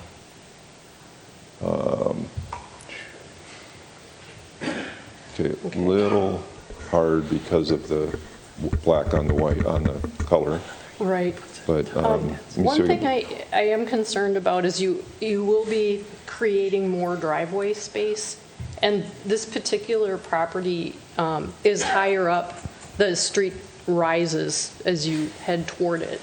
And the requested variance with the property to the south is, I think, kind of significant. And we did actually receive a letter from a resident regarding all the snow, and he's on a slope that is steeper than this, but his point was the city allowed a home to be built that was much larger than the surrounding houses, and there was a lot more driveway space, and so the snow was being piled up close to his residence, and there was concern about people being able to see around that, and also just the drainage coming down. And so there will be more impervious surface, and thinking about conflict points, places where people walk and bike, and then cars backing out. So that is a concern that I do have. Sure. And the other issue is we're not seeing a comparative image of how the height compares to the resident home right to the south. The other thing I'd like to point out is that although we look at these as duplexes, if you were to go on the Hennepin County website, the GIS site, you would see that some of these properties have been legally divided, and that's true for the property to the south as well as to the property across the street. So some are rentals, some are homes that people, are living in, and so it's really, I do want to emphasize that there is quite a lot of interest, and I don't know, it's hard to think about this street being created as or viewed as an area for change when you've got homes that were created with hardwood floors. They've got basements so you can take shelter from the tornadoes if they come. And essentially, the plan looks like you're kind of lifting up that lower level so you don't have that insulation around the lower level. That does help homeowners when it comes to saving on energy and all of these things. So I guess there's a lot that I am really concerned about, but I am concerned about the height and how that compares to the neighbors who are there. And just want to say that, you know, as we think about what the future may bring, people are really embracing homes from this era and they're reinvesting in them. And they, you know, there's groups of people who love mid-century, including the tile. Agree. They love that stuff. So even just the want to put that out there. Yep, Thank you. Yep, even the pink. I think a few things that were noticed here was that we're actually farther from the south line with this proposal than the existing building. The existing appears to be closer to 5 feet to the property line, and this is 10 right now. One of the other suggestions the Planning Commission made was to consider tandem garages. I mean, we do feel that some of these units probably need to have the ability to have 2 cars parked inside. But a tandem garage would give you a single door, a single driveway, as opposed to a double wide. And that could help the hardcover as well. We were looking into that as part of going to 4 units also. I do appreciate what you're talking about with the basements. The idea here with this particular unit type was that grade falls off a little bit to the back, and there was an idea that instead of having a full basement, that these units might have walkouts, which again can be a plus for somebody with a basement.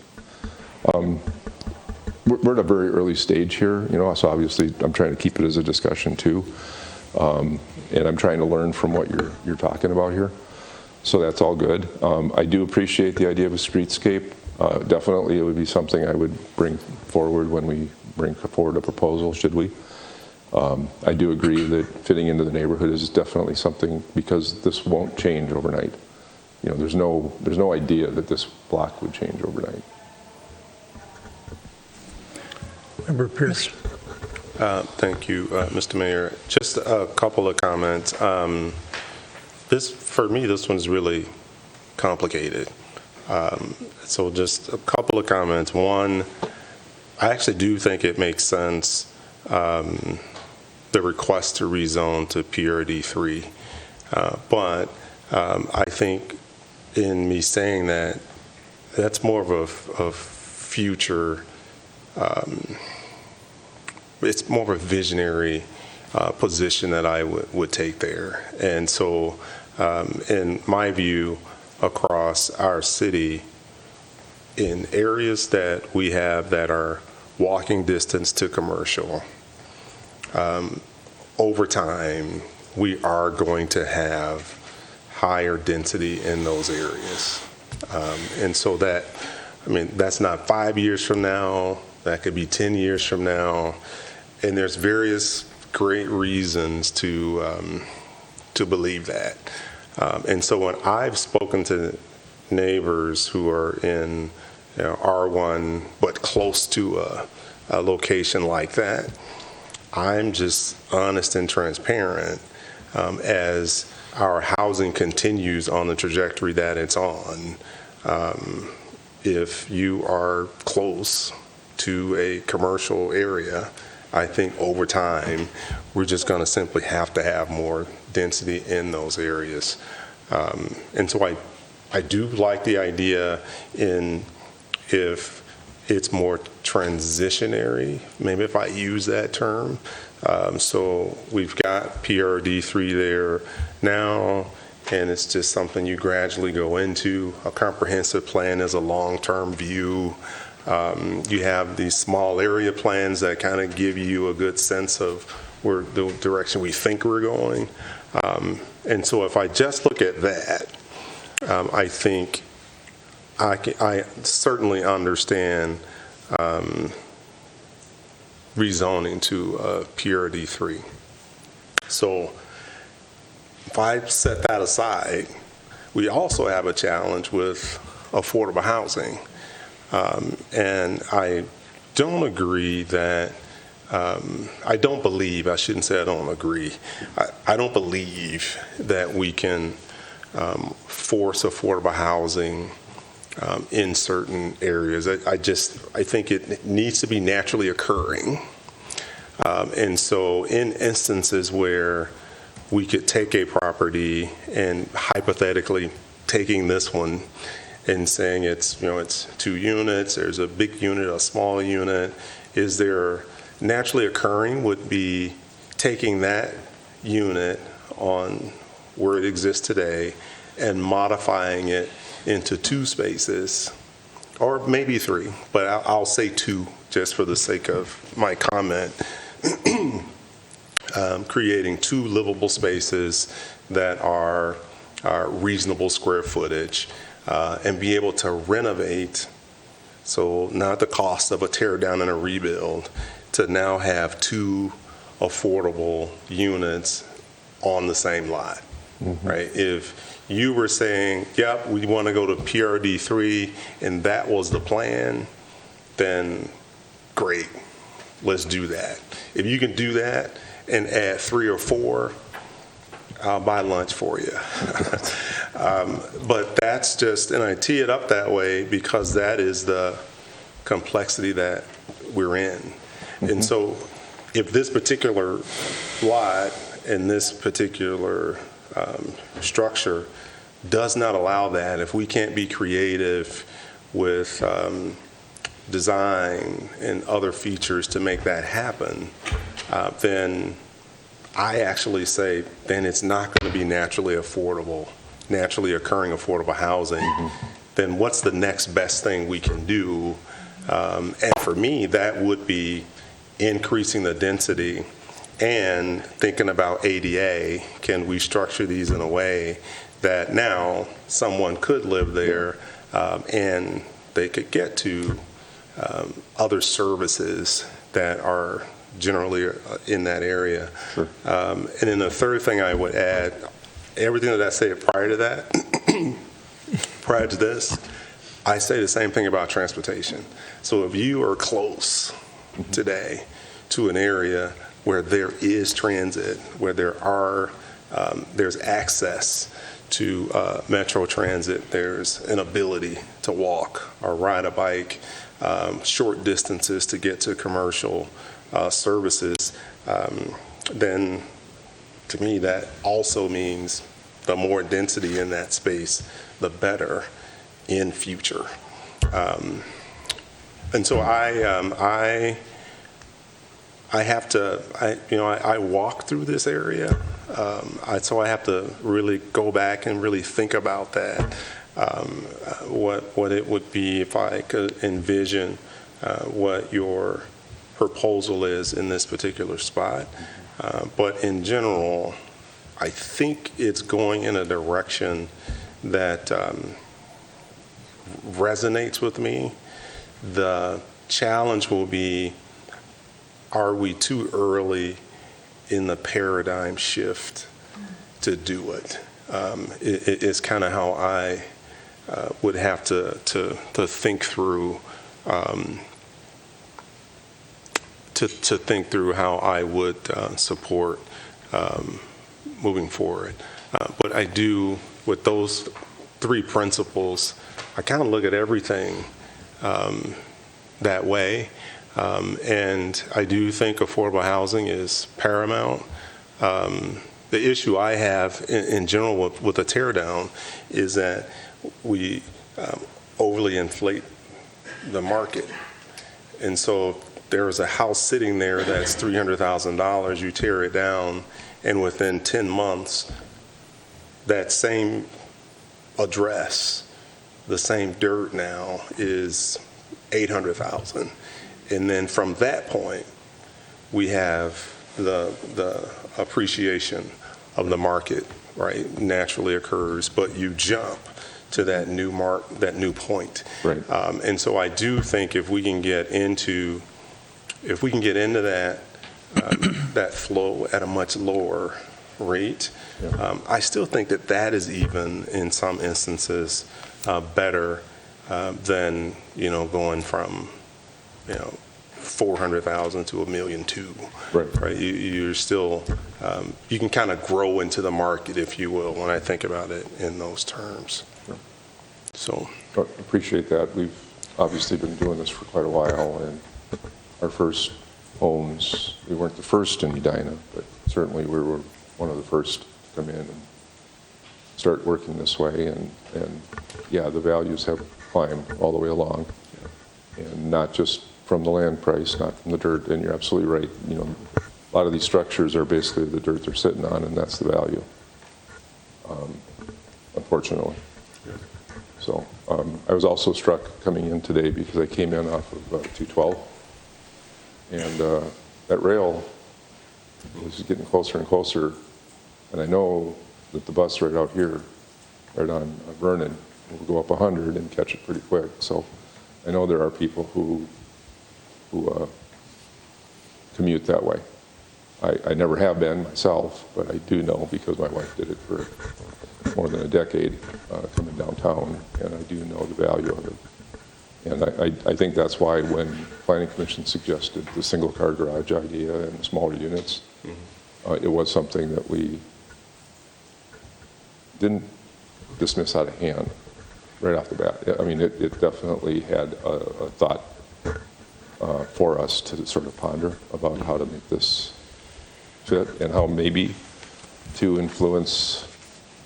I think the word that Planning Commission Chair said was this village. You know, how do we try to create that as a village now and improve it, or at least start to. Two. Director Teague, and I'm going to go to Member Agnew. Director Teague has a few thoughts. Yeah, thank you, Mayor, members of the council. Since you're considering 3 versus 4 units, I just wanted to let the council be aware that at 4 units, it would kick it up to a high-density project. It would be 13 units an acre, so it would be a high-density designation, which is consistent to the east and west. However, for comparison, you recall the Hankerson project around the corner. The initial proposal on that site was for high-density residential, and the council asked that they remove a couple of units to get to the medium-density designation. So just to put that out there for your consideration. Yeah, thank you for that, Director Teague. Member Agnew. Thank you, Mr. Mayor. And yes, I've already had the opportunity to offer some thoughts on this sketch plan in particular, and I think in a lot of ways my comments will echo what I said previously, but I also have had more time to think about it as well. I would like to see whatever action is taken here taken across the street as a whole. I don't want to see kind of site-by-site changes, and to me that then means we need to look at this area as a part of a small area plan and kicking it back to the Planning Commission. I'm not exactly sure what that will look like. I do like the idea of the village, which thank you for quoting me on that. And so I don't know if that means increased density or even maintaining it as an R2, but I do think it is something that should go back to the Planning Commission and should be looked at as this street as a whole, because it is just a singular street. You know, it's unique in that sense, and especially when there's high density on both sides, it is something that I do think warrants a broader look at what should this evolve into. My concern with the renderings as they exist today is how out of character it feels for the neighborhood. I think particularly with the tall buildings and the steep angles. When you look at whether you're driving down or looking at imagery, right, like a lot of them are more of the 1950s style.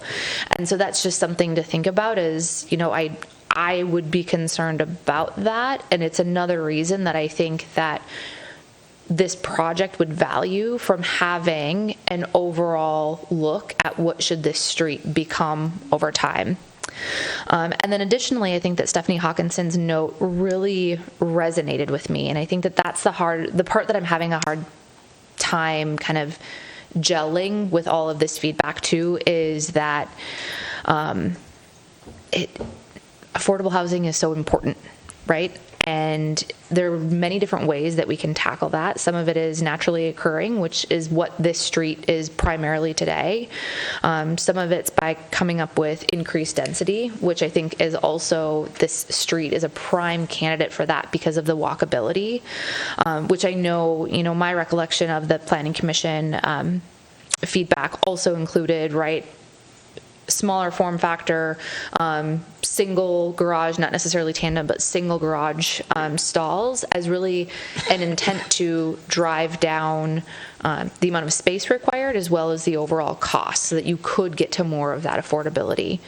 And so I think that particularly with this area, with the ability to rely on the walkability, the public transport, it's really going to be important to lean into a lot of the benefits that this area bring to the table. Sure. So, thank you. Thank you, Member Agnew.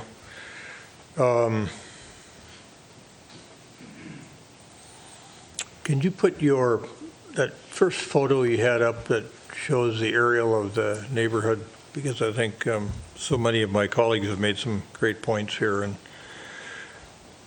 Member Agnew's point, the way she just characterized this as a unique street, I think that is illustrative of it. So it's a street filled with duplexes, double bungalows, whatever you want to call them, trapped or located in between two significant apartment complexes, especially the one to the west. As I've listened to everybody talk about this, I think I favor the movement towards medium density as opposed to high density. I do think that there are times, I'll say it a different way. I think the market is telling us something here. And I think the market started telling us something with respect to the townhouses that you put in behind the bank. And now the market is continuing to tell us, I think, something with respect to this particular street and its unique character as being one that's filled at the present time with double bungalows. For me to wait for the next round of comp plan, the comp plan to me seldom gets ahead of the market. So I go back to the idea that the market's telling us something, and Member Agnew's idea that, well, what about a small area plan that we could take on more in a little quicker fashion for this particular neighborhood, and especially this particular street. I like that idea. When I first looked at this, I thought it was too much building on a lot, but I don't really feel that way. I get the argument around increased density, but I still think that in the overall scheme of the neighborhood, medium density is probably a more appropriate sort of assignment for that neighborhood, if you will. So I'm open to thinking about what to do with this street sooner rather than later, and I love some of the things that my colleagues have pointed out with respect to proximity to public transportation, with respect to walkability to the neighborhood shopping node. The affordable housing aspect of this is difficult, I think, because what we've been doing is saying to people in our community, if you're interested in selling your home and keeping it affordable, come and see us. Come and see the HRA, and we'll talk about buying that piece of property. But I'm not really in favor of telling homeowners in a particular neighborhood that you can't sell your house to a developer to have it torn down and have it made into something else. I feel like it's a more gentle sort of approach, especially with respect to ownership on affordable housing. We've gotten pretty good for an expensive community at figuring out how to do multifamily affordable. It's more challenging on the home ownership side. And I feel like the way that we've approached it is we're not making progress by leaps and bounds, but we're doing a pretty good job considering the price of property and our land in our town. It's just not easy work. So I wouldn't take the position that these houses have to stay in affordable condition, because I don't think that's our right to do that, frankly. I think if somebody wants to sell their house and sell it to us and say we want to keep this affordable, then that's a different situation for me. So I kind of like the small area plan notion that you advanced, and we take a look at this street and this neighborhood and its proximity to that whole Jerry's node, and think about what to do here sooner rather than later would be my idea. Thank you, Mr. Mayor. To follow in on that, if we're talking about a small area plan, what is the turnaround time on that? I know the Planning Commission had a really busy agenda already. Well, it could be a year and a half. Yeah, I would say at least, given the current work plan for the Planning Commission, and we're in the middle of a small area plan, getting toward the end, I should say. But a year, I think, would be ambitious. But I would think in next year's work plan, it would be a possibility, 2024. So that's something, I mean, you can see we're kind of processing, but that's a long time to wait for you guys. It is, frankly. And honestly, I don't know that we would, because I think that the project could inform that work as well. Yeah.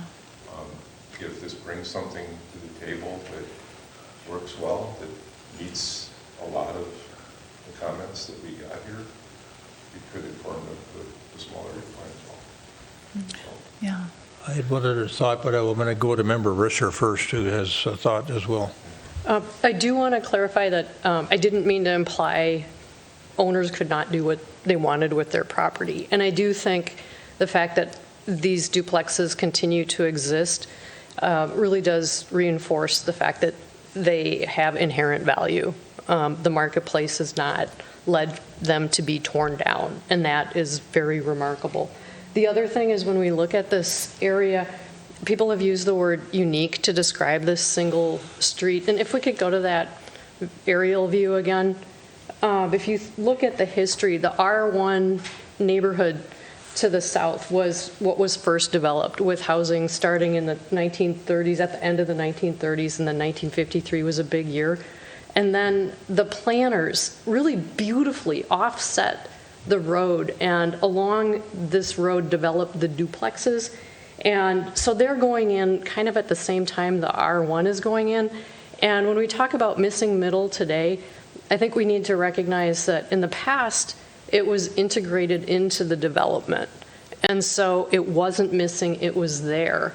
And you actually did have the apartment complex to the south created in 1963.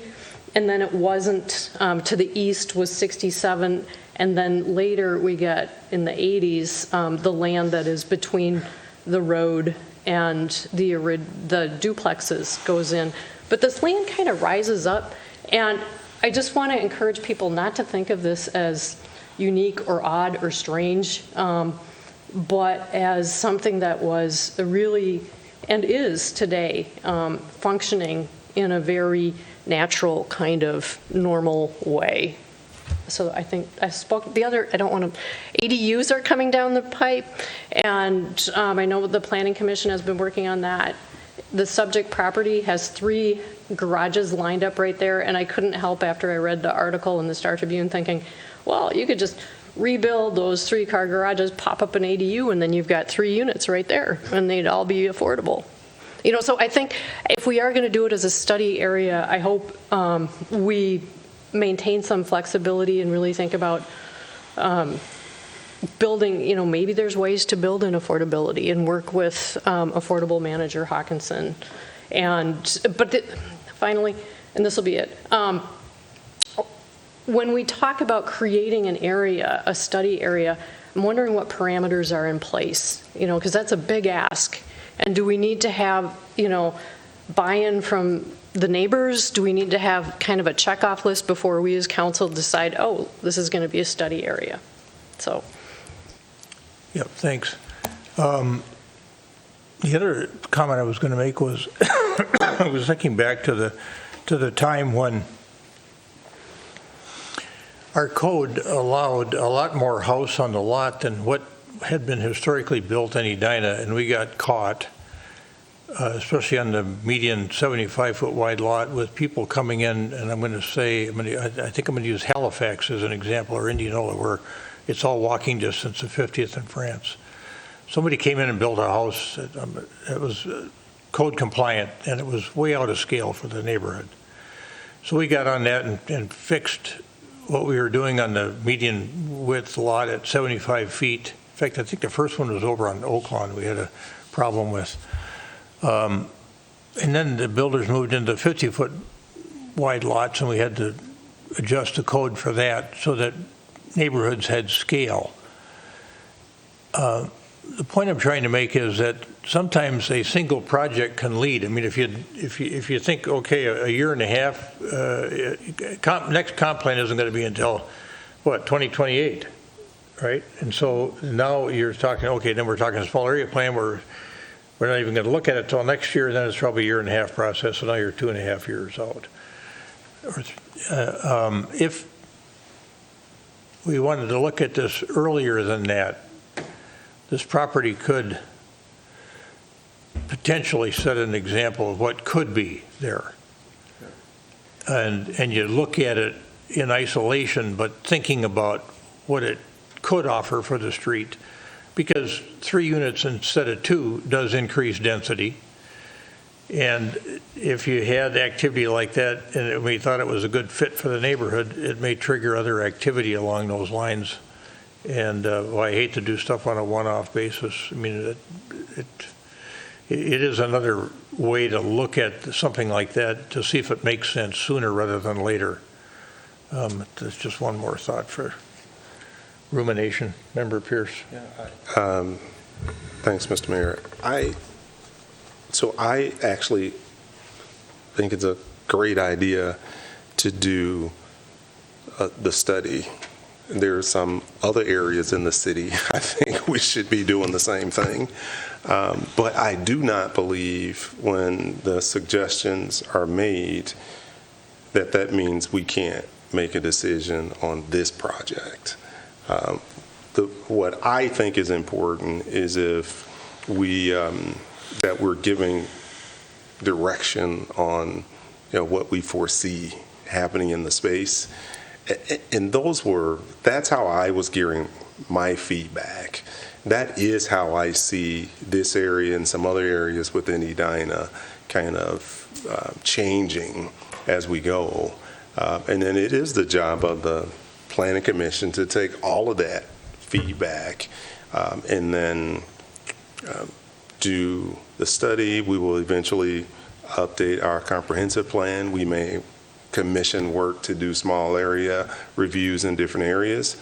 I think we should be doing that work, but I think that should not suggest that we can't make a decision on a particular project. I wasn't suggesting that. We just take a pause and not assess whatever project that you are able to come back with. I think we've given great feedback on what we see the potential to be. And I would just encourage you to take that and then go from that point. Mr. Mayor, just wanted you all to know that I focused on the negatives I've heard more so than the positives, because I know that those will be what we need to address. And I mean all of them. Thank you. Okay. Did you have anything else, Member Jackson? I don't want it to end on a negative note. I didn't mean it that way. It's, thank you for coming forward with an idea. And you've given us a lot to think about, and I think that's extremely valuable. So I want to leave it on a note of we like innovation in this town. You may see me again soon. So. Yeah, Okay. well, we are supposed to be here to give you a little guidance too. I'm not sure. It turned into an interesting intellectual conversation, I think, about what to do in this neighborhood. Appreciate it. And you were the stimulus for that. once and now again. Maybe. All right, thanks, folks. Morningside C, neighborhood roadway reconstruction, additional sidewalk issue. Director Milner has this matter.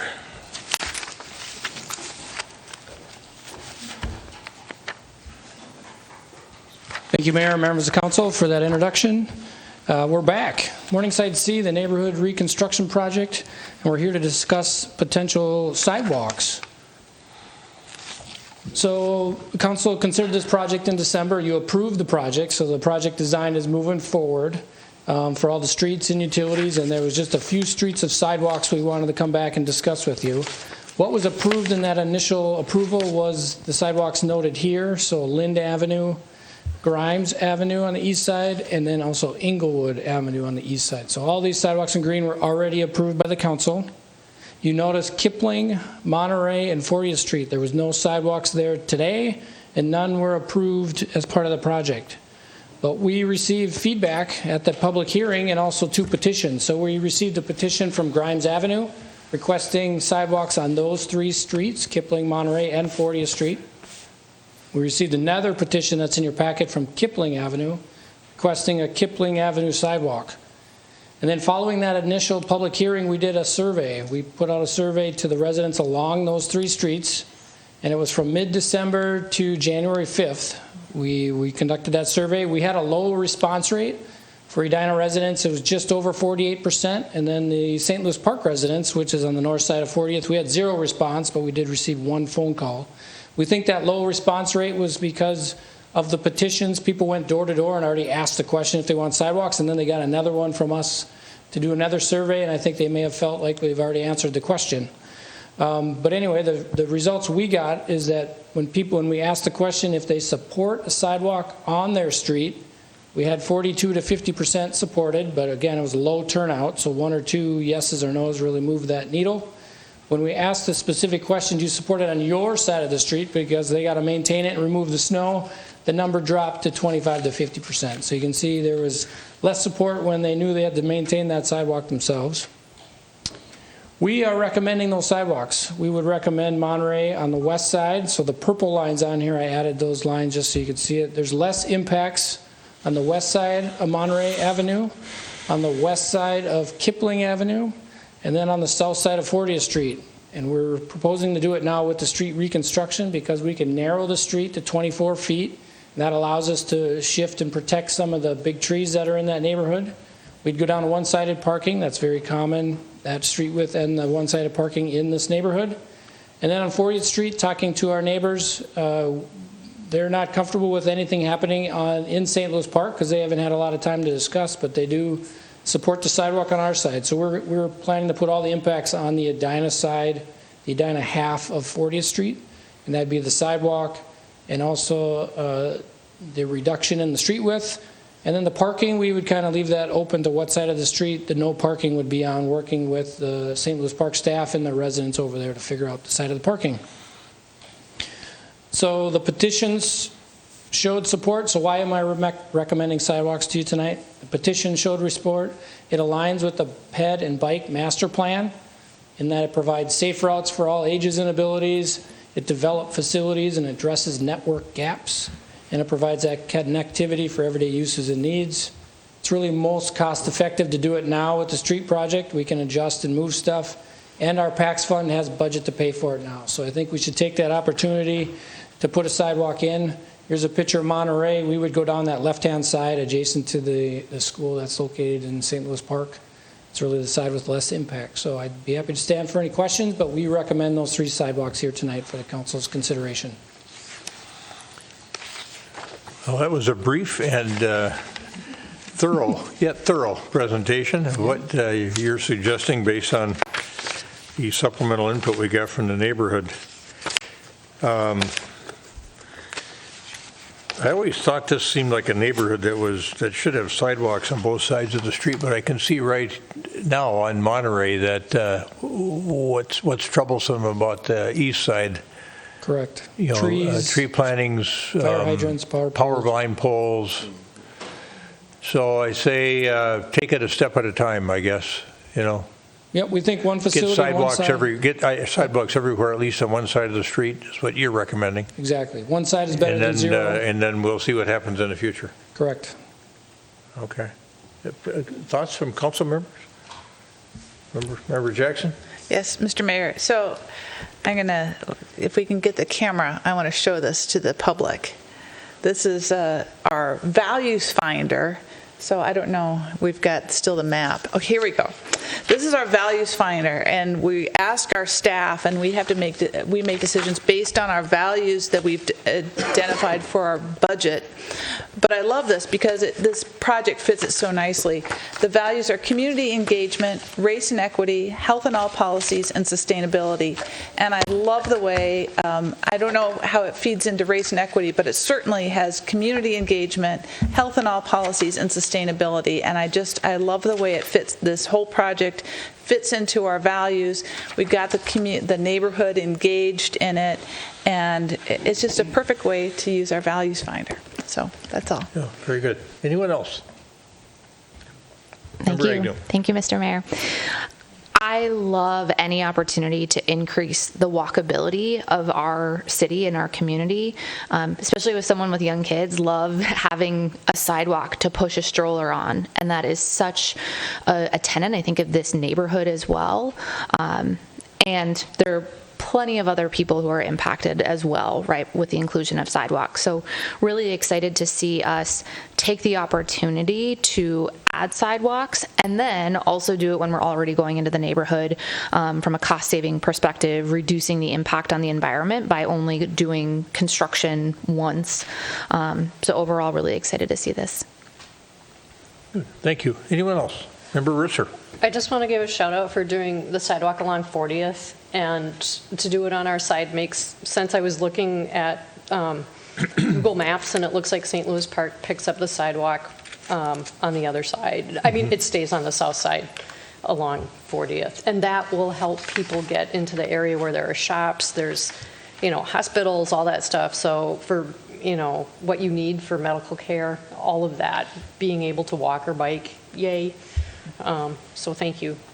Thank you. Yeah, we did look at that. There's one little piece missing, but St. Louis Park is coming in the next couple of years. If we put this in, they'll finish that connection in their city. So we'll have a nice connection there. Thank you. Well, both that enthusiasm from both of our two new members leads me to ask either one of you whether you'd move to approve additional sidewalks on Kipling, Monterey Avenue, and West 40th Street as part of the Morningside Street Reconstruction Project, Morningside C Neighborhood Roadway Reconstruction Project. So moved. Second. A motion by Member Agnew, second by Member Risser, to approve additional sidewalks being added to the Morningside C Neighborhood Roadway Reconstruction Project embodied in Improvement BA 462 by adding sidewalks on Kipling Avenue, Monterey Avenue, and West 40th Street. Any further discussion? All those in favor of adoption of the motion as stated, say aye. Aye. Aye. Opposed? Carried. All right, we're on to manager's comments. Thank you, Your Honor. I have two comments for you tonight. One is just a reminder that we have canceled the HRA scheduled meeting for Thursday. As has been our practice for the past few years, when we have the opportunity to cancel that meeting, we will cancel that meeting. And if we can aggregate some of our items to just a few HRA meetings, we'll always try to do that, and always try to give you advance notice of when we're going to do that. And I can tell you that we will need you to meet as an HRA on February 2nd and 16th, but on Thursday we can cancel. The second thing is just to let you know of a notable retirement on our leadership team, and that's Don Urim. Don has been involved in a phased retirement for a little over a year. Maybe it's been longer than that. We don't see him as much as we used to, so I kind of lose track of him sometimes. But he has been our finance director here for 5 years, a little over 5 years, and he has somebody who came into our organization when we needed a strong hand in our finance department. He's an experienced public servant. He's worked for the cities of Eden Prairie, Victoria, Prior Lake, Wayzata, and here, among others, and I think maybe Cloquet as well. But But we're going to miss Don. He's been a big contributor to the success of our organization, and his last day is Friday. Thanks. All right, good. Thank you. Member Agnew, any comments? No comments from me tonight. All right. Member Pierce. Just one comment. I am really just excited about when I think about some of the decisions that we've taken as a city, and what kind of brought that to mind this past month. I happened to be in Hopkins, and I can't remember why I went over there, but I drove through downtown and I started to think about the theater there and how I would take my 3 daughters, we would go there, and I think tickets were $3 or whatever it was, and we might do lunch, and we have great memories, and that theater is still closed. And then I think this was in the Sun Current, the Shakopee Theater closed as well. And so then I started to think about, wow, we invested in having this theater in Edina. And so I tell everybody who asks, you should go to that theater. It's a great theater. It's got heated and cooled seats. It's a really neat theater. And everybody doesn't always agree with the decisions the council makes or the services they get from the city, right? You can't satisfy everybody. But I think on the whole, I think we get it right, and we've gotten it right, I think, on the balance. And so that's came to my mind this month when I thought about the discussions we had around the Edina Theater and using some funds to reopen it. And I've actually had people who don't live in Edina reach out, and colleagues of mine from work just saying, hey, nice job, right, for that Edina's doing and keeping that theater open. So I make that comment specifically about the theater, but in general, get out there and patronize our city because the city can use it. So other than that, that's it. Thank you. Member Jackson. Yes, thank you, Mr. Mayor. So 2 things. One is we are accepting applications for our boards and commissions. And so if you're watching this and you have any interest in city government, please apply. We love our commissioners. They bring so much energy and creativity and much needed help to our community. So please go to the website and apply to be on the boards and commissions. And secondly, we had a committee meeting with the schools, and one of the things that we learned is that one town, one family is going to continue on. So if you participated in that and you would like to see this come to fruition in our town, the theme is to make people feel welcome here. And it's a wonderful thing, and I think it comes out of the Race and Equity Task Force. That was one of the feelings that came out of that. And this is a chance to really put it into action. So another call to the community to participate. I think we've got some really creative ideas that are out there that can get some tangible, hands-on action of sharing our stories, opening our curiosity, and making this a welcoming town. So 2 calls to action this week. Thank you. Good, thank you. Member Risser. A lot of you may have seen the article about how Edina keeps its streets plowed. And I thought that was wonderful to see that in the paper. And they're also keeping the sidewalk along Valley View looking really good. And so just a shout out to all the hardworking people who are getting up way, way, way early in the morning to take care of that. Thank you. Yeah, I got quite a few calls about that article. That they were people pleased to see it. Interesting. Some of the calls were from Minneapolis. So And then Member Jackson's her comments about one town, one family caused me to think about a little dialogue that you and I had, Manager Neal. It looks like McKnight is sponsoring some of this type of work, and that we should, as we think about funding possibilities here around diversity, equity, inclusion, we should be thinking about whether we want to work with the school district to make a grant application of McKnight. So it's just, that's all, kind of keep that in the back of our minds. I leave tomorrow morning at 7 o'clock for Washington, D.C. The midwinter meeting for the U.S. Conference of Mayors started this afternoon. I said I'll be there tomorrow by noon. Many interesting meetings, it looks like, set up, and I'll be part of the presentation on this at the Standing Committee on Transportation Communications on Thursday afternoon, talking about some of the efforts we're making regionally around equity and transportation. With the assistance of the Met Council, we've got a nice little, relatively short presentation put together. So I will be out there for a few days and then back home on the weekend. So that's it for me. Anybody else have anything they thought of they wanted to bring up? All right. Is there a motion to adjourn? So moved. Second. Member Jackson moves, Member Pierce seconds, that we adjourn the meeting of the Edina City Council this 17th day of January 2023. Any further discussion? All those in favor of adoption of the motion as stated say aye. Aye. Aye. Opposed? Carried. You stand adjourned.